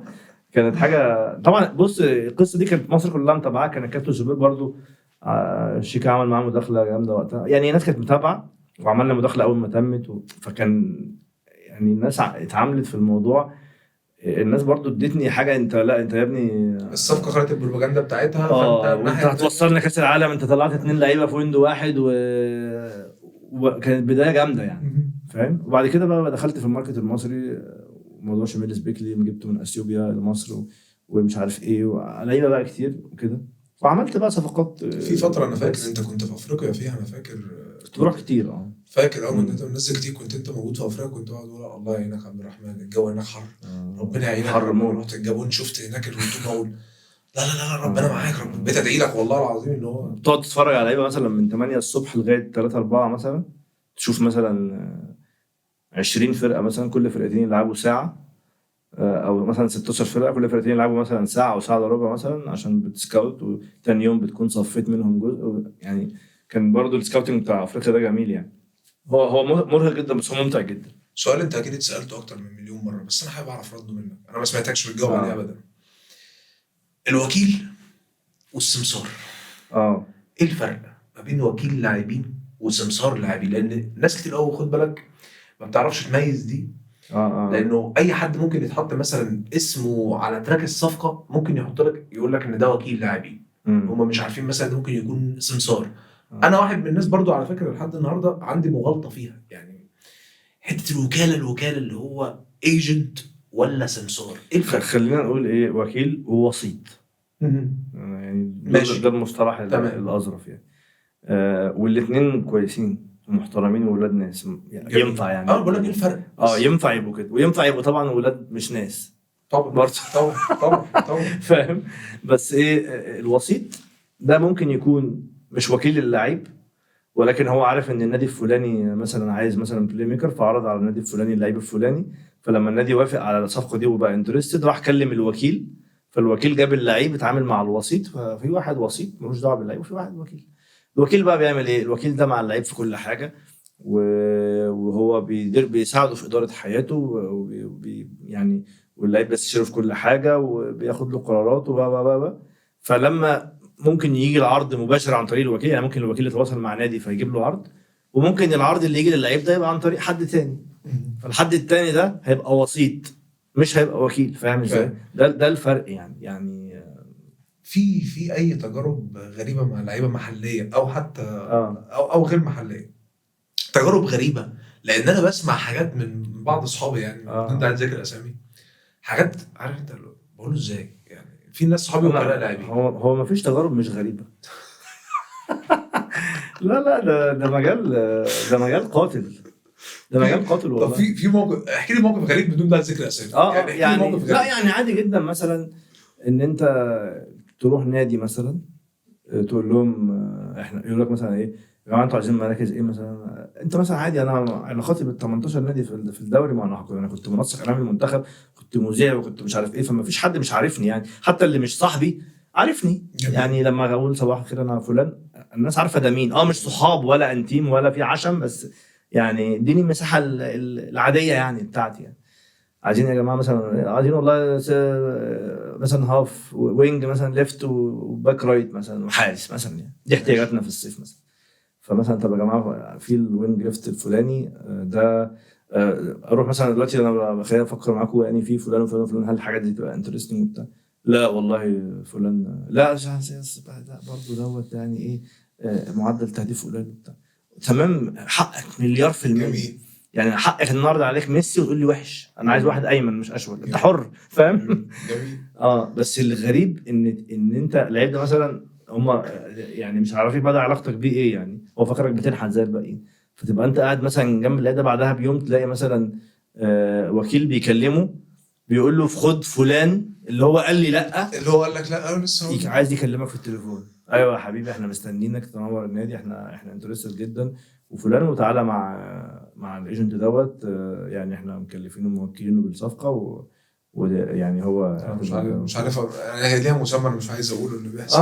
لا طبعا حاجه مش مظبوطه، حاجه مش مظبوطه ملهاش تفسير تاني يعني، سواء هو بيعمل كده عشان الايجنت التاني صاحبه فبيخدمه فده بالظبط. بياخد حقي، او هو بينتفع من وراه فيبقى ده راجل مش مظبوط اصلا. ودي يعني حاجه درجه من درجات ال يعني خطأ كبير يعني، فاهم عايز اقول خلينا نسميها كده. من الحاجات اللي قلت لك في اول كلامي لما كنت بتتكلم في موضوع الوكاله، قلت لك انا هقول لك حاجه انا عرفت شخصيتك منها من غير ما انت حتى تعرف ان انا يعني اعرفها. قول لي. بس انا فهمت انت عارف انت اللي هو ايه، بتريح دماغك لاي درجه مع بعض المواقف اللي هو خلاص انا مش هعرف اتكلم، مش هنعرف نوصل لحل. لعيب ما، ودي حاجه انت ما تعرفهاش، انا بقول لك ودي حاجه. لعيب ما يوما ما راح من نادي لنادي، كنت انت سبب في انتقاله من النادي ده للنادي ده. جميل. فبعد لما الصفقه حصلت وتمت واعلن عنها، فانت بدات تتكلم معاه اللي هو معلم 1000 مليون مبروك، مش في اتفاق ما بيننا وبتاع، في اتفاق ما بيننا تقريبا، انت فهمت اللي بتكلم عليه، في اتفاق ما بيننا صفقه جامده كبيره بالظبط، برافو عليك، في طبعا اتفاق ما بيننا وهكذا. طبعا مش مسامح، خد بالك مش مسامح حد والله. فهو قال لك ايه؟ قال لك اتفاق على ايه؟ بص انا بقول لك بقى كلام يعني ضرب ما بينكم، وانا عرفته حتى انا استغربت. فقال لك اتفاق على ايه؟ ده فلان هو اللي عمل كل هو اللي عمل 1 2 3. فانت هو بقى ايه؟ فانا بقول له طيب والرياكشن بقى بتاع عبد الرحمن، هو بيحكي لي، بقول له الرياكشن طيب بتاع عبد الرحمن انت شايفه بالظبط. قال لي لا هو بصراحه كان محترم جدا، وقال لي خلاص مبروك وربنا يوفقك يا رب ويكتب لك الخير وبتاع وتمام، مفيش اي حاجه ومفيش عادي، انسى مفيش حاجه. بس انت عارف القصه دي، انت عارف كمان ايه اللي حصل في الموضوع ده، وكويس انت مش تقول اسامي عشان اعرف احكي اللي حصل ان انا قلت له دلوقتي في انتقال كبير، انا عندي فرصه ان انا اطرح اسمك فيه، بس انا لما هطرح اسمك فيه انا هاخد كتف منه، انا هبقى معرض ان انا اخد كتف من الاتفاق ده، فهيبقى بيننا احنا الاثنين، فلازم انت تحميني في الموضوع ده، يعني لازم نبقى احنا في بيننا اتفاق رجاله في الموضوع ده، ان انت تحطني في ان انا مش لازم ابقى انا الوكيل الوحيد او الوسيط الوحيد في الموضوع بالظبط، بس خليني في الصوره، بس ما تخرجنيش بره، انا هسعى ده بالظبط، ما تخرجنيش بره. ده كان طلب من الموضوع، وقلت له ان ده هيبقى موضوع يعني عارف انت يعني هيبقى ناس كتيره جدا هتهجم فيه، وانا مش اقوى من الناس دي، يعني انا معرض جدا ان انا اخد كتف منه، وده اللي حصل حكى لي. انا بقول لك هو موضوع غريب جدا، مع ان يعني عارف انت وانا بحكي له مره اولانيه بقول له ده ممكن يحصل 1 2 3 4 والسيناريو الفلاني يحصل، حاجه كانت غريبه جدا انها تحصل اصلا، وفلان يجي من مصر يعمل كذا يعني قصص ولا تخطر في بال حد، وفجاه قلت له بس الموضوع ده لما هيحصل هيبقى كذا كذا كذا كذا، وهو ما كانش مصدق السيناريو. قلت له يعني صدقني السيناريو ده هيحصل، واتطرح اسماء الانتقالات 1 2 3 4، وانت انا اتكلمت في القصه دي واتطلب مني رايي وكذا وكذا وكذا، وانت موجود ودي وانت ويا باشا لا وانت معايا وما تقلقش وكده كده احنا. فحد بقى يقعد يقول لي ليه ما عملتوش على ورق وبتاع، طبعا كان المفروض يحصل، بس انت كنت فاكر ان الموضوع مش محتاج ورق، خصوصا ان احنا اتكلمنا يعني خلاص فيس تو فيس، راجل لراجل زي ما بنقول، على شويه سذاجه مني ان انا ما عملتش ورق، على برضو فكره حاجه انا ما عنديش نيه في حياتي ان انا ابقى راجل عندي قواضي، يعني طبعا حقي وكل حاجه، بس انا يعني ما كانش عندي استعداد برضو ان انا يبقى عندي مش عايز عادي حد قواضي 3 4 ضد 3 4 اشخاص، واحنا في يعني عارف برضو ايه هتبقى بقى سمعه وموال وقصه بقى مقرفه، فاهم؟ بس طبعا يعني كان هيبقى حقي، طبعا كان هيبقى حقك، بس انت يعني بقول لك حتى هو لما قال لي انا مستغرب والله ان هو حكي لك. طب ما انا بقول لك طب وايه مبرره بقى؟ هو قال مبرره كان انه هو ما حكاليش التفصيله بس اللي انت ان مش انت اللي خلصت بالظبط. هو ما حكاليش، طب ما انا قايل لك ما حكاليش بقى التفصيله دي اللي هي بتاعت انت قايل له 1 2 3، لا هو حكى لي تفصيله ان ايه. انت عارف انا في مره قلت له ايه؟ يعني انا لو كنت بعت لك وقتها ورق تمضيه ما كنتش هتمضيه ليا يعني عشان احفظ حقي، كنت هتمضيه، فاهم؟ طب ما تعتبر نفسك ماضي، ولا هو الكلمه دي ملهاش معنى؟ ما هو للاسف فاهم ازاي؟ يعني بس بص خد على موقف ده وسط الكرة في مصر كله يعني الا من رحم ربي يعني فاهم، الا ال 10% الناس انا هبقى احكي لك انا حاجات ما بين للاسف لا مش هقدر احكي، مش هقول لك بقى الموقف يعني، مش هقدر مش يا اخي، هقدر اللعيب مش هقول لك الافريقي الاسم اللاعب الافريقي بقى بنسبه برضه 90% العكس بقى. اللاعب الافريقي ده لو انا ليا فلوس وليا فلوس مثلا بعد 6 شهور تانية، ممكن يجي يقول لي بقول لك ايه ده بقى فلوسك كلها بتاعت السنه كلها ايه يعني، عشان لو انت مثلا عشان نريح دماغنا يا باشا خالص. انت كده كده راجل لا يعني يا اخي ايه ده الافارقه ده. انا شميل سبيكلي ده 8 9 سنين مع بعض، قسما بربي عمري ما قلت له فلوسي فين ولا هتعمل ايه ولا بتاع ولا ازاي عملت كده من اوتوماتيك. ورايا حاجه يعني فاهم. كان لعيبه كتير، بس انا بقول لك ده اشهر لعيب يعني افريقي كان موجود من اللعيبه التاريخيين في الدوري يعني. ده بالنسبه لشق الوكاله. اه انت بتقول عايز اعمل ريكاب اه على موضوع الوكاله. ده هو خلاص بقى يعني. انا قصدي ان ايه، ان الموضوع الوكاله ده موضوع صعب يعني، موضوع كمان في مرحله من حياتك انت عندك طاقه تروح وتيجي واللعيبه عايزه بقى بيبي سيتر فاهم، عايزه تفضل تكلمه في التليفون كل يوم، ولو ما كلمتوش مثلا ممكن 3 ايام تلاقيه راح نادي يقول لك ما انت مش معبرني وبتاع، والتاني ده كان بيسأل عليا كل يوم. فاللي هو لا انا اصلا ما عنديش. كان في وقت من الاوقات كمان يعني عديت بسنه صعبه يعني، بقى يعني ظروف ظروف كتيرة، كانت كورونا ووالدي توفى فيها، وبعدين كان بقى حصل كذا حاجة في حياتي بقول لك عليهم يعني. ما بحبش اتكلم فيهم عشان مش مستني يعني فاهم، مش مستني ان حد يتعاطف معايا يعني. بس يعني كانت ظروف صعبة خلتني ما عنديش طاقة اتعامل مع بشر في الوقت دوت بالشكل اللي هو يعني مكثف يعني، اقعد بقى اكلم الناس واروح واجي وكده. فقلت لنفسي يعني لازم احاول ان انا اسويتش في اقرب. فكنت واخد بقى القرار ده يعني مده طويله يعني، كنت انا اصلا بقرب من القرار ده كل سنه يعني، بس كنت جيت في الوقت ده بقى لما حصل لي الظروف دي كمان فعلا شبه وقفت شغل وكده من غير ما اقصد يعني. بقيت مش قادر ان انا اشتغل، الصفقات كلها بتروح مني، اللعيبه اللي معايا كلها بتروح مني، وخلاص بقى ويعني ما عنديش طاقه حتى الوم حد يعني، عارف ما عنديش طاقه الوم حد يعني. اللي بيروح مني بقول له جود لك، اللي هو لا قاوح كده فيها وبتاع، واللي تطير منك خش فيها على الاقل يعني اي لا مش قادر. اعتبرها استراحه محارب.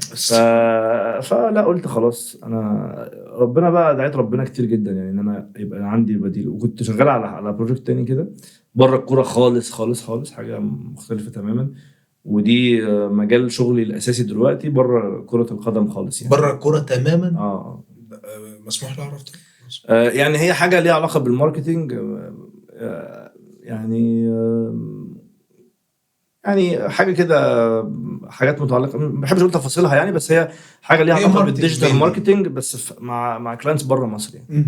طب ما شاء الله. فاول ما الامور دي بدات انها تقف على رجلها شويه خلاص، قلت ان انا هقول كان نفسي قوي زي ما اكتب بوست اقول يا جماعه انا مش وكيل حد، انا بطلت الشغلانه دي، انا مش وكيل حد، انا بطلت الشغلانه دي. محدش يسالني يقول لي انت لسه مع فلان، انا مش وكيل حد. اكتر ناس انتوا فاكرين ان انا مرتبط بيهم وانا ما فيش وكيل غيري، انا مش وكيلهم.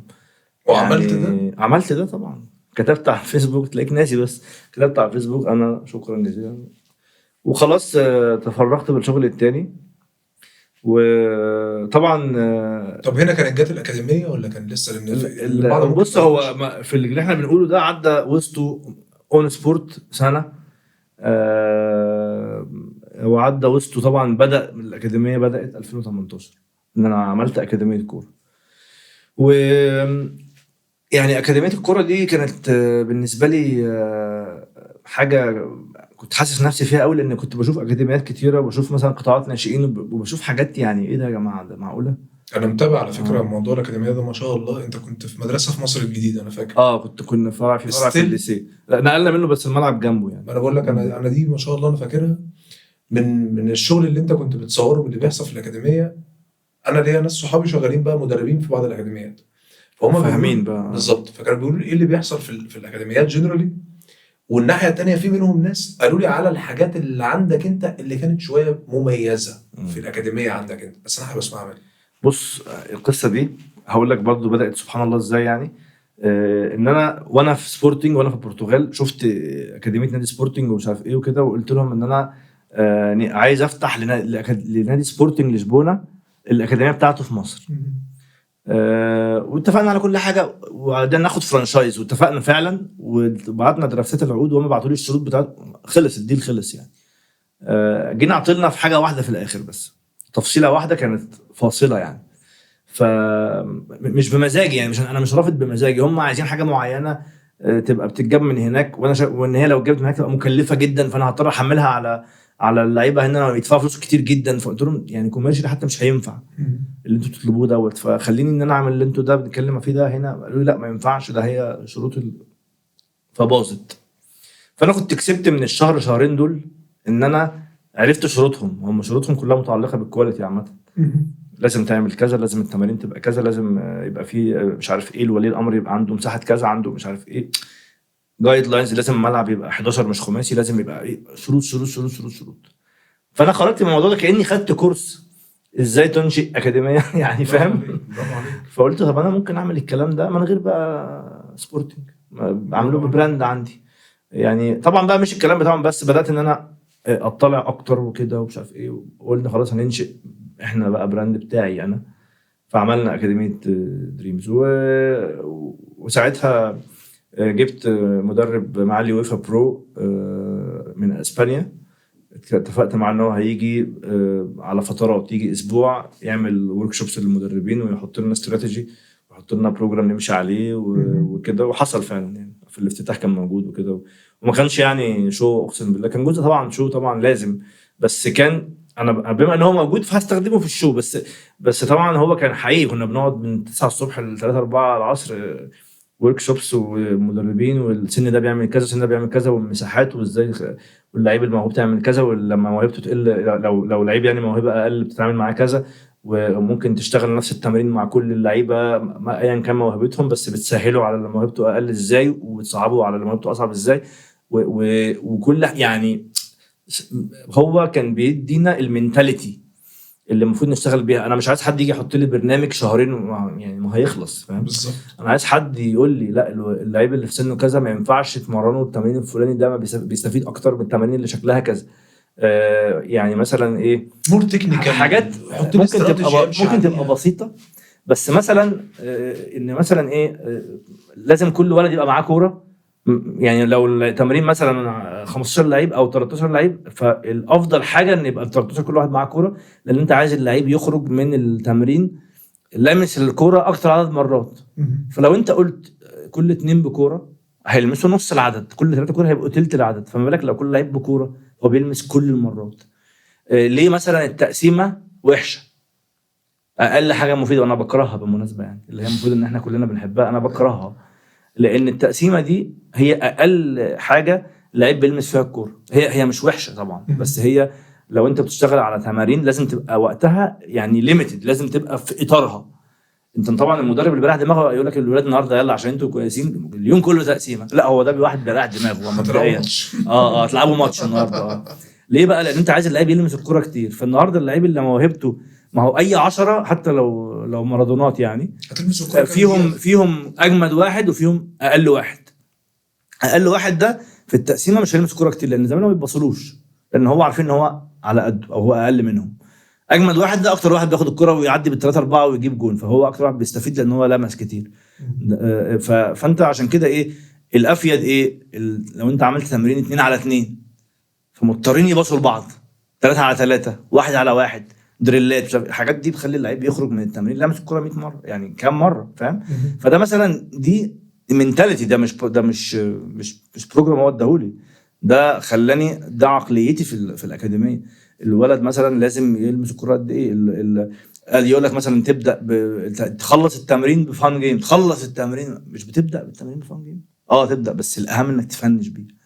ليه تفنش بفان جيم؟ انت عملت تمرين وبتاع ودريلات وممكن تقسيمه، خلصنا خلاص تعالوا بقى لعبه صغيره مش عارف ايه، تك تك، واللي عامل كذا هيجري والتاني يجري وراه، يلا مش ايه، فكله يخرج من التمرين ايه، مبسوط، حاسس ان هو نفسه يجي المره الجايه فاهم.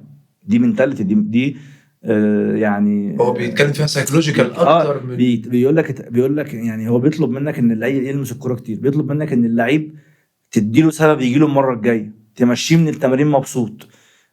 مثلا مفيش حاجه اسمها لف حوالين الملعب، لا عايز تعمل مثلا ناحيه بدنيه او تحمل، ممكن تعمله بالكوره. يعني هقول لك نموذج صغير جدا برضو. مثلا انت ممكن تعمل تمارين تحمل جري، مثلا تروح وتيجي سبرنت 1000 مره تحمل. وممكن تعمل تمارين تحمل ان انت تجيب 2 تقول لهم اشتغلوا 1 على 1، ده جون وده جون اهو في المساحه دي لمده دقيقتين، وكل ما حد يشوط الكوره تطلع بره تديهم كوره تانية، وتخلي ال1 على 1 دي شغاله دقيقتين او دقيقه ونص. انت مش متخيل انت حملت عليهم بدني ازاي، بس بطريقه كومبيتيتيف، بطريقه تشالنجينج، بطريقه ممتعه. ما تحسوش ان انت بتديله بانشمنت. يا باشا هو مش جاي ياخد درس بالظبط، مش مذاكره هي. برافو عليك. فاهم ازاي؟ فالنهارده بقى المدربين اللي هو ايه، لف بقى حوالين الملعب، ما هي اصل احنا عايزين رجاله فلف حوالين الملعب 30 دقيقه، اصل موت، اصل المدرب ده ما عندوش رحمه، ده هو طلع رجاله. يا باشا ده انت حضرتك مش عايز اقول لك انت جاهل، انت بس انت مش مواكب اللي الناس وصلت له. احنا مش في عصر كابتن محمود الجوهري.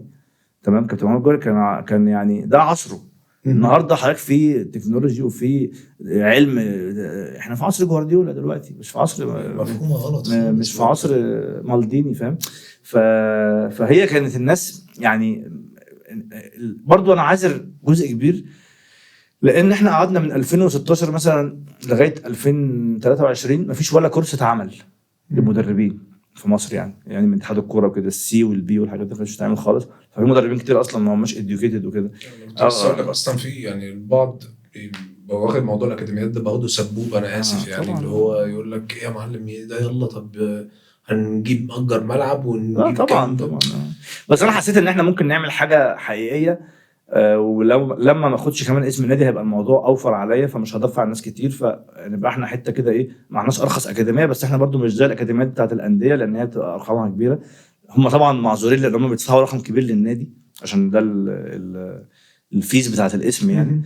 فقلت لا، اعمل اكاديميه بمواصفات كويسه، بس يعني ايه في اطار مادي معقول.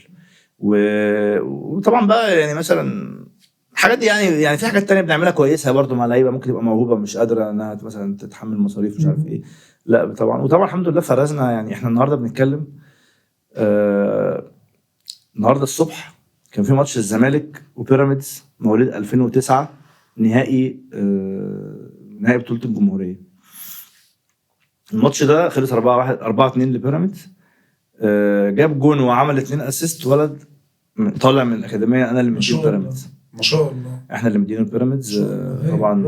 وينسب للكابتن احمد محمد طبعا مدير فني عندي الاكاديميه الموضوع برضو، لان هو اللي كان اشتغل جامد في الموضوع.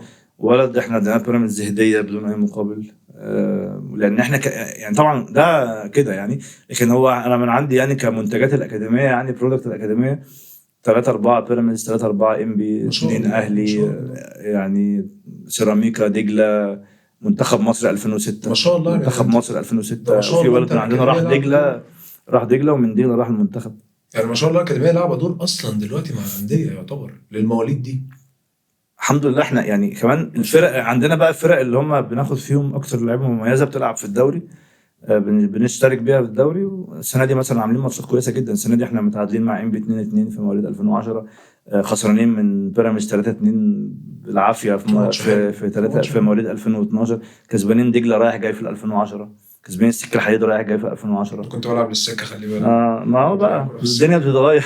والله خلي بالك بس ما تخبطش في السكه، خلي بالك. لا طبعا يعني عندنا حتى فرقه 2014 دي كسبانين الاتصالات واتحاد الشرطه، ماتشات رسميه اللي هي دي اللي بيطلق عليها المناطق، اللي هي المناطق صح. ومواليد بتكون مش عارف تقريبا 5 مواليد لكل هي في براعم وفي ناشئين. البراعم اللي هم السنه دي مثلا 14 13 12 11 دول البراعم اللي هم 4 اعمار بيلعبوا يعني على مساحات اصغر. وبعد كده في الناشئين بقى اللي هم من اول 2010 وانت طالع. بس انا بوقف عند السن ده، ما بشتغلش يعني، ما بنشتغلش مع الاعمار الكبيره، ان انا بشوف ان خلاص يعني انت مثلا 15 سنه يعني حان الوقت، يا اما في نادي يا اما مش عايز تلعب بقى تاني او كده يعني. فاهم؟ طب يعني انت بتشتغل على اللعيبه شغل تكنيكال في الملعب يعني؟ انا حتى بتكلم تحديدا على المواليد الصغيره بقى اللي انت لسه قايل عليها اللي هي 13 14. بتشتغل عليهم في الملعب بس، ولا بيكون لك دور برضو في ان انت تشتغل عليهم منتلي في ان هو ازاي يتعامل مع كون ان هو ممكن في يوم من الايام يكون لعيب كوره بروفيشنال، يكون لعيب كوره محترف؟ هل بتشتغل معاه في دي؟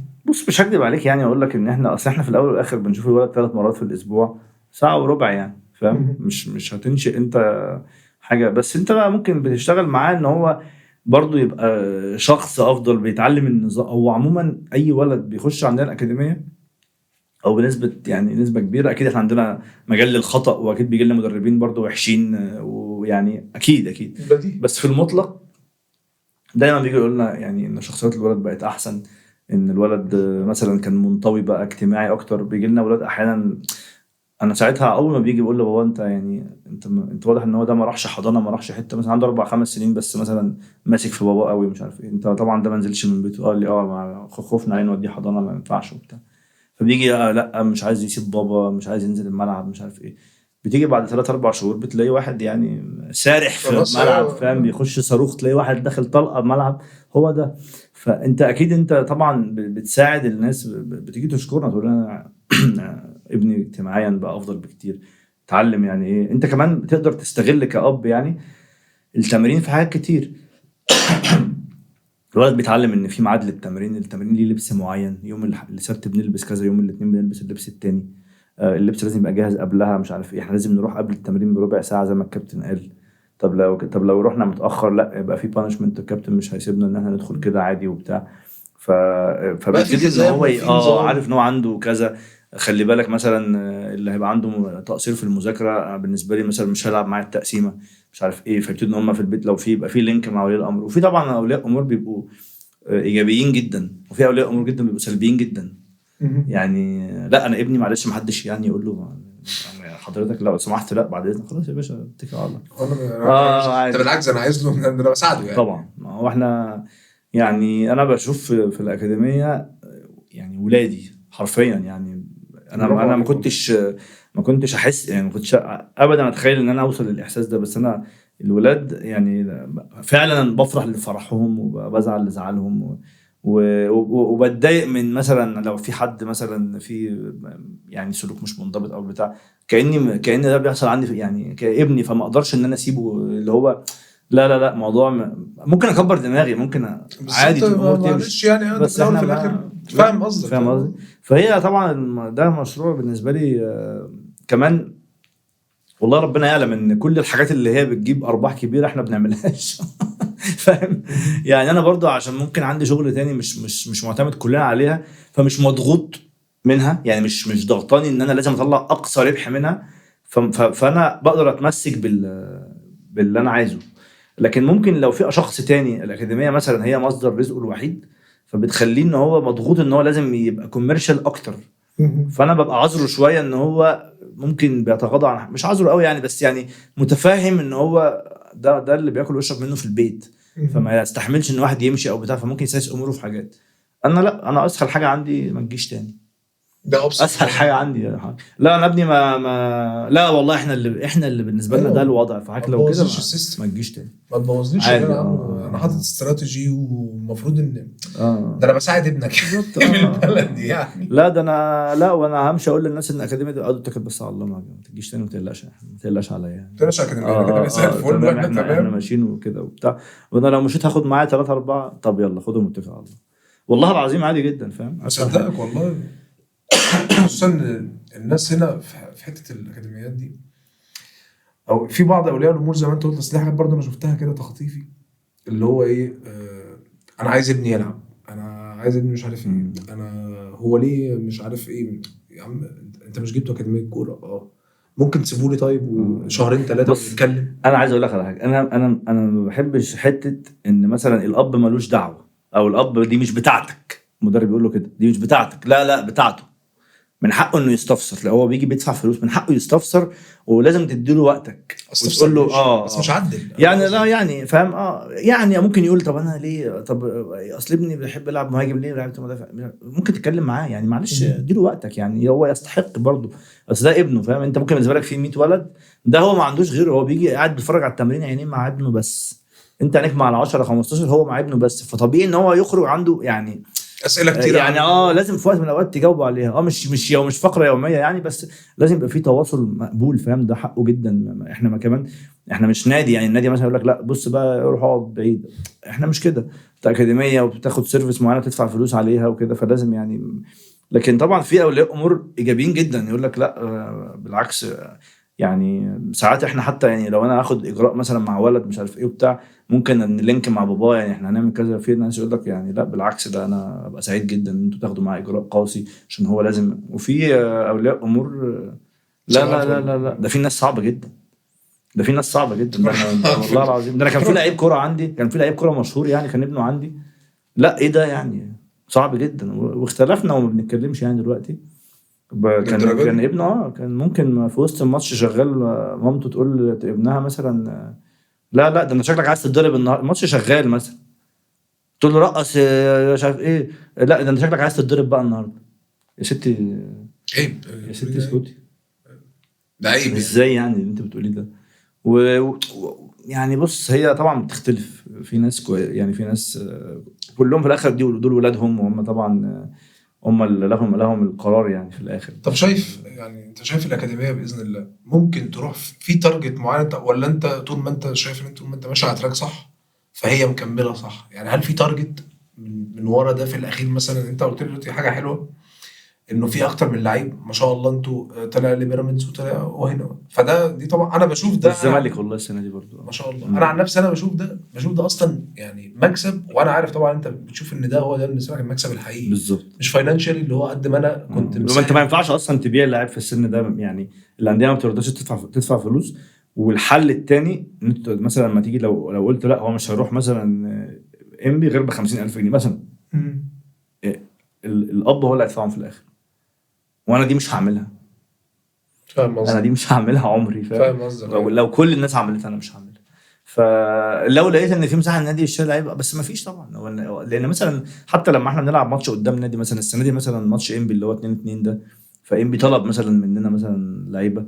طب لو انا قلت لي ان النادي انبي مش راضي يدفع فلوس، بس لو كنت سبتهم ببلاش كانوا راحوا، انا هحرمهم من ده؟ لا طبعا هسيبهم. ده لا يمكن طبعا لا برافو يمكن عليك. لا يمكن. برافو عليك. لان هي دي المسج اصلا. انت عندك لعيب بيدخل ناقصه حاجات بتكملها له فتوصله للنادي، يبقى انت كده حققت له حلمه فعلا. ويبقى انت كده الناحيه التانيه هو ده الاختلاف اصلا بالنسبه لك، يعني بالظبط. ده اللي بيخليك انت اصلا مختلف في الفيلد عموما. حتى لو ما حدش عارف ان انا مختلف، انا راضي يعني. انا مش بعمل ده عشان الناس تقول المختلف اهو.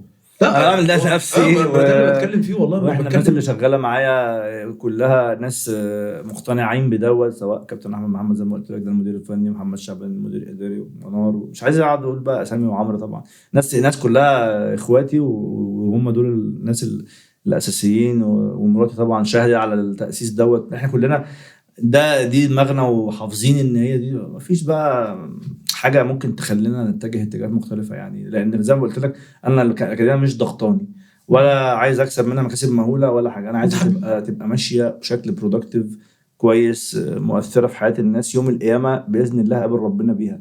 انا بقول دايما كده والله، بقول دي حاجه انا حاسس انها هتشفع لي يوم القيامه فعلا. ان يعني اولياء الامور، الناس اللي احنا خلينا حياتهم اسهل، الناس اللي احنا خلينا ولادهم شخصيات افضل، الناس اللي خلينا عيالهم بيسمعوا الكلام، بيذاكروا احسن، سلوكهم مع الجروب افضل يعني.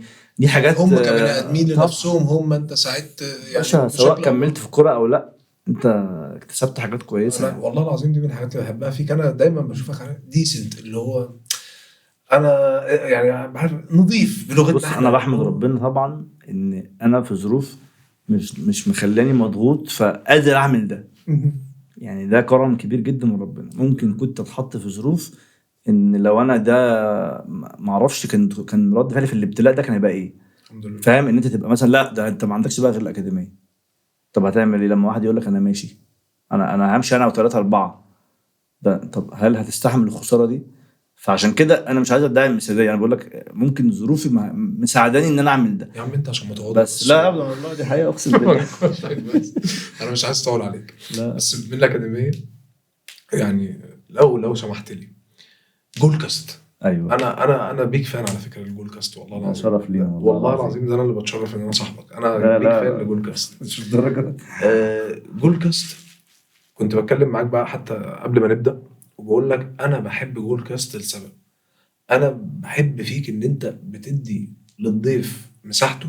دي نقطة مهمة جدا. والنقطة الأهم بقى بالنسبة لي من حتة المساحة، حتة إن أنت يعني حتى السلكشن بتاعك في الضيوف لحد دلوقتي مفيش ضيف اللي هو إيه. في ناس بتعمل مثلا تبدأ بودكاست يقول لك طب أنا هجيب 15 20 30 وات ايفر، ناس منتخب مسمعة مصر، النادي الاهلي، بالظبط، اساطير الكره المصريه. هيجوا بقى يخربوا الدنيا ليه؟ ايوه عشان طبعا ايمج. طبعا. انا لاحظت فيك ان انت يعني ما ركزتش على ده في الاول. انت كان كل اللي انت مركز عليه حاجه ان انت فعلا تقدم زي توبيك وتعرف الناس او تخلي الناس تشوف الشخص بقى الضيف اللي جاي لك ايا كان هو مين، حتى لو هو مش نجم كبير. انا احترامي للكل طبعا، كل نجوم وكل الناس عسل وكل الناس زي الفل وكل كل حلقات الناس حلوه وكل حلوه. الحاجات دي. بس حته ان انت السلكشن دايما اللي هو لا السلكشن للشخص اللي هو هيجي هو حابب ان هو يجي وهو حابب ان هو يتكلم وبيتكلم باستفاضه. فدي من اكتر الحاجات اصلا اللي انا حبيتها، اللي هو مفيش نجوم بقى اللي هو السوبر ستارز فوق ما لا قد ما انت عايز اطلع توبيك محتوى معين. بالظبط. وخصوصا ان في ناس بتحكي كمان يعني. وكنت لسه بتكلم معاك في حلقه مثلا شريف حازم، حلقه عجباني قوي، عجباني قوي كانت قوي رابع حلقه ان هو بيحكي حاجات جوه وناس كتير معلش يعني البعض منها طبعا يعرف الحاجات اللي هو حكاها دي، والبعض التاني ما يعرفش عنها حاجه خالص. فلما بيسمعها من لعيب لاعب للاهلي ولعيب لاعب مع نجوم والنهارده حتى هو كان بيقول لك انا مش بايع على حاجه، اللي هو انا عايز اتكلم مش فارقه بالنسبه لي. ده اللي عجبني ايه اللي هو في توبيك بيتقال. هل ده انت بتكون قصده؟ يعني انت بتكون قاصد ان انت كده الضيف مع كامل الاحترام زي ما قلت لك، بس انت بتبقى قاصد ان هو الضيف ده فعلا انت عارف انه عنده توبيك هو عايز يطرحه؟ يعني طبعا هو مبدئيا يعني في ضيوف انا مثلا عارف ان هم ايه متكلمين او مش متكلمين، عندهم قصص وعندهم استعداد يحكوها. هو انا في الاول كنت واخد يعني ايه، كنت واخد يعني كرايتيريا كده واخدها لغايه دلوقتي يعني ان مش عايز اجيب حد يكون عنده حسابات وعنده مشاكل لو اتكلم ممكن تحصل. يعني مثلا تجيب لعيب كوره حالي مثلا، هو في الاخر بيلعب، هو يعني ما يقدرش برضه يخرج يقول مثلا اسرار مثلا معينه او يبقى براحته قوي. لازم هيمرهم كل الكلام، لازم هيفلتر كل الكلام، فاهم؟ فانا قلت احنا مش انا لا هجيبه هيكونوا ضيوف ما عندهمش حسابات، ولا وانا لو انا بقول انا لو مكانه هل هبقى مضغوط وانا مكانه؟ لا مش هبقى مضغوط. فمثلا اول ضيف كان هاني حتحوت طبعا، وده صديقي واخويا وعشره عمري وعشره عمري واجدع واحد في الدنيا وحاجه يعني كل حاجه في الدنيا. وانا محظوظ ان يبقى واحد سوبر ستار زي هاني يبقى صاحبي. فلما اقول له مثلا تعالى اول حلقه اللي هي يعني ما حدش هيشوفها، هي اول حلقه فاهم؟ غالبا يعني ما اعرفش، لان انا حتى يعني ما كنتش موجود على اليوتيوب قبل كده حتى، يعني مش مثلا اول حلقه في سلسله جديده، لا ده اول حلقه على اليوتيوب اصلا. يعني انا عندي 0 سبسكرايبرز فاهم؟ فهو وافق ان هو يجي. كابتن محمد فاروق اخويا الكبير طبعا، وبرده وبالمناسبه كان معايا واحنا بنأسس الاكاديميه في الاول، عارف. فبرده يعني دي كانت كده. قلت ايه، هنجيب ناس ما عندهمش ضغوط. يعني هيقول له هو عايزه، كابتن فاروق هيقول له هو عايزه، شريف حازم راجل بعيد عن الكوره فاهم؟ وطبعا بقى شريف بقى كمان عشان احنا اصحابه سافرنا مع بعض وكده وبتاع، فانا عارف ان هو دماغه مترقعه وراجل عنده منتاليتي مختلفه. وانا كنت برضو واخد عهد على نفسي، انا زي ما انت قلت انا مش هروح للضيوف النجوم بس، انا يعني او حتى دول غالبا برضو بيبقى ليهم حسابات لان هم نجوم جدا.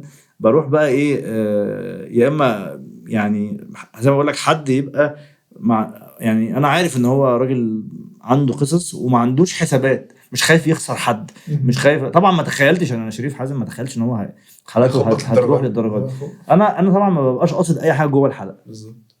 جوه الحلقه هي ماشيه معايا ان اقسم بالله انا بتفرج على الحلقه معاك وانا بعملها. يعني انا مثلا ايه عندي مواضيع بفتحها، هي بتجيب مواضيع اللي بعدها، هي بتجيب المواضيع اللي بعدها. طب انا اتفرجت من ضمن الحاجات برضو اللي ضحكتني انه عارف انت اللي هو في استفاضه غريبه، الكلام اللي هو باستفاضه خصوصا بقى الحته بتاعت كابتن بشير التابعي. انا شفت الحلقه دي فاكرها مصر يعني لما كان بيتكلم على الحته بتاعت ماتش 6 بيبو وبشيرو، وبيقول لك على حته كابتن مدحت شلبي بقول لك ده بطلني، ده يقصد ده بطلني. لا هو ما قالش يقصد، هو بس هو قال لك يعني قال لك انا مالي ده بطلني يعني قال لك ليه ماشي في الشارع لقيت الناس تقول يا بيبو ايه مقصوده ايه انت فاهم؟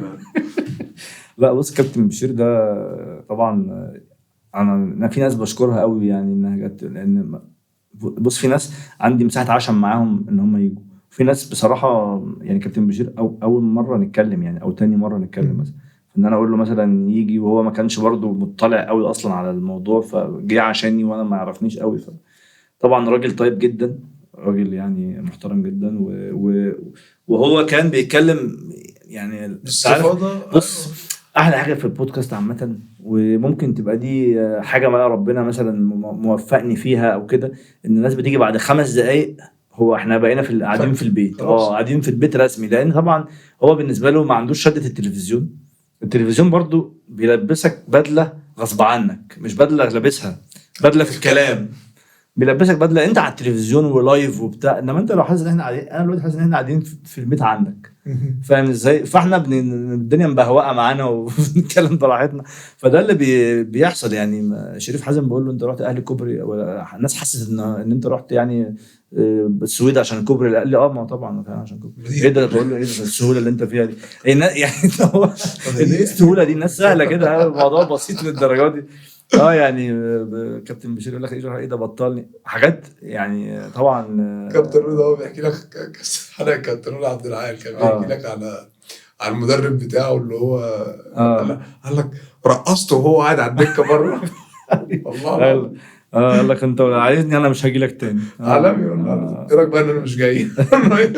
طبعا كابتن رضا برضه خد بالك، ودلوقتي يعني فضل من ربنا طبعا ان لما بقيت اكلم ضيف بقيت طبعا اسهل. يعني زمان في الاول لما بكلمهم على حاجه هم مش عارفينها فهيجوا لي مخصوص، دلوقتي بقى في ناس يعني عارفه، ناس كتير عارفه الموضوع، وسبحان الله بالعكس ممكن كمان ناس هي اللي تنكشني يعني وبتاع وبقول لك كمان ما شاء الله يعني انا بقى بتكلم دلوقتي عن جول كاست، مش بقى عبد الرحمن خالص، على جول كاست. انا يعني عايز اشكرك او اشكر يعني لو انت اللي عامله الديكور اللي انت عامله، انا والله العظيم معجب بيه بطريقه مرعبه. بص دي فنانه اسمها لينا حلمي، فنانه فنانه يعني فعلا، واحنا انا وآلاء مراتي يعني كل الحاجات اللي عملناها كانت آلاء برضه طبعا سبقاني على اليوتيوب كمان، برنامج كان 180 ثانيه واتعمل في اون سبورت بدري ما شاء الله عليها يعني. فالديكورات بتاعت آلاء كانت دايما لينا هي اللي بتعملها، واحنا لما اتكلمت بقى انا وآلاء قلنا ان لينا هي لازم اللي تعمل ده طالما هنعمل حاجه يعني عايزين عندنا عليها تطلعات كويسه يعني. وهي هي فعلا خبيره، هي بتشوف اللي هي بتعمله بعين الكاميرا، بعين الكادر، مش بعين الشخص الطبيعي. لما يخش المكان ممكن ما تحسش ان هو، بس بصراحه عندنا تخش تحس ان هو حلو برضه. بس يعني انا بكلمك ان هي عارفه الكادر، هي فنانه في الحته دي بصراحه. فكنت بقعد اوريها حاجات اقول لها بص انا عاجبني ده وعاجبني ده، تقول لي لا ده دوشه قوي، ايه كل الحاجات دي الزحمه دي، احنا نعمل حاجه ابسط من كده بكتير وبتاع. فبصراحه احنا بنسلم لها نفسنا طبعا. طب بعد اذنك باخد رايها بقى في اللي احنا هتقول لك الحاجات دي كتير قوي. انا بقول لك باخد رايها يعني ايا كان اللي هتقوله انا موافق عليه، ما عنديش مشكله كرايها يعني، لان انا عارف هي هتقول ايه ده ايه كمان البراويز دي. انا حظي بقى يعني عارف، انا حظي حلو في ان احنا، او مش حظي حلو بقى، مش انا بقول لك السعي ربنا بيكافئك عليه. هو انا لما اجي دلوقتي مثلا اجي اعمل بودكاست مثلا فاقول ان انا صديقتي مثلا لينا بتعمل ديكورات، ان صديقي هشام الحلو راجل اصلا بيشتغل في السينما، هو يقول لي انا هاجي لك اعمل لك الاضاءه دي هديه مني ليك، هقول لك سيت اب الاضاءه واقول لك تعمل ايه 1 2 3 4. ان فلان صاحبي جاب لي الضيوف مثلا كذا، ان الضيوف دول صحابي، مش ده تعب 10 سنين بالزبط. مش ده سعي ممكن يكون ما اتكافئتش عليه في ساعتها بالظبط، فاهم؟ فهي عشان كده انا بقول لك السعي ما بيروحش. ما هو مش كل الناس بتفهم ده، احنا اتفقنا على ده ان مش كل الناس بتفهم ده. انا حاسس ان انا طولت عليك. لا ابدا والله العظيم حاسس ان ومبسوط قوي قوي قوي من كلامنا، ومبسوط حتى من كلامنا قبل حتى ما نبدا ان احنا نصور. احنا كان لنا كلام ولسه هيكون لنا كلام، هحكي لك شويه حاجات تانية لازم بصراحه الحاجات اللي انا مش ماشي النهارده قاعد معاك. والله العظيم تنور عبد الرحمن. انا والله العظيم ما عايز اقفل الحلقه، بس مش عايز اطول اكتر من كده لان خلاص انا حاسس ان انت هتبدا تقول لي بقول لك ايه يا زيزو نكمل كلامنا بقى بعدين على قهوه ونلعب بلاي ستيشن وبتاع. فلو حابب تقول اي حاجه انا عايز ابارك لك يعني خطوه موفقه، والله العظيم اقسم بالله انا دايما بقول ان اتمنى ان البودكاست الرياضيه تزيد، لان اولا احنا هنشجع بعض وهناخد من بعض حاجات وهنحمس بعض وهننافس بعض، ودي حاجه هتبقى صحيه جدا. طبيعي. ثانيا برضو لو انا مثلا لو مثلا في ناس بتقول البودكاست ده احسن بودكاست او ده احسن بودكاست او ده احلى بودكاست، فمش هيبقى ليها قيمه الكلمه دي غير لو في 10 او 20 عشان تبقى احسن واحد، عشان نفضل احنا بقى عايزين نبقى احسن واحد. لكن لو واحد او اتنين يعني فين المنافسه اصلا؟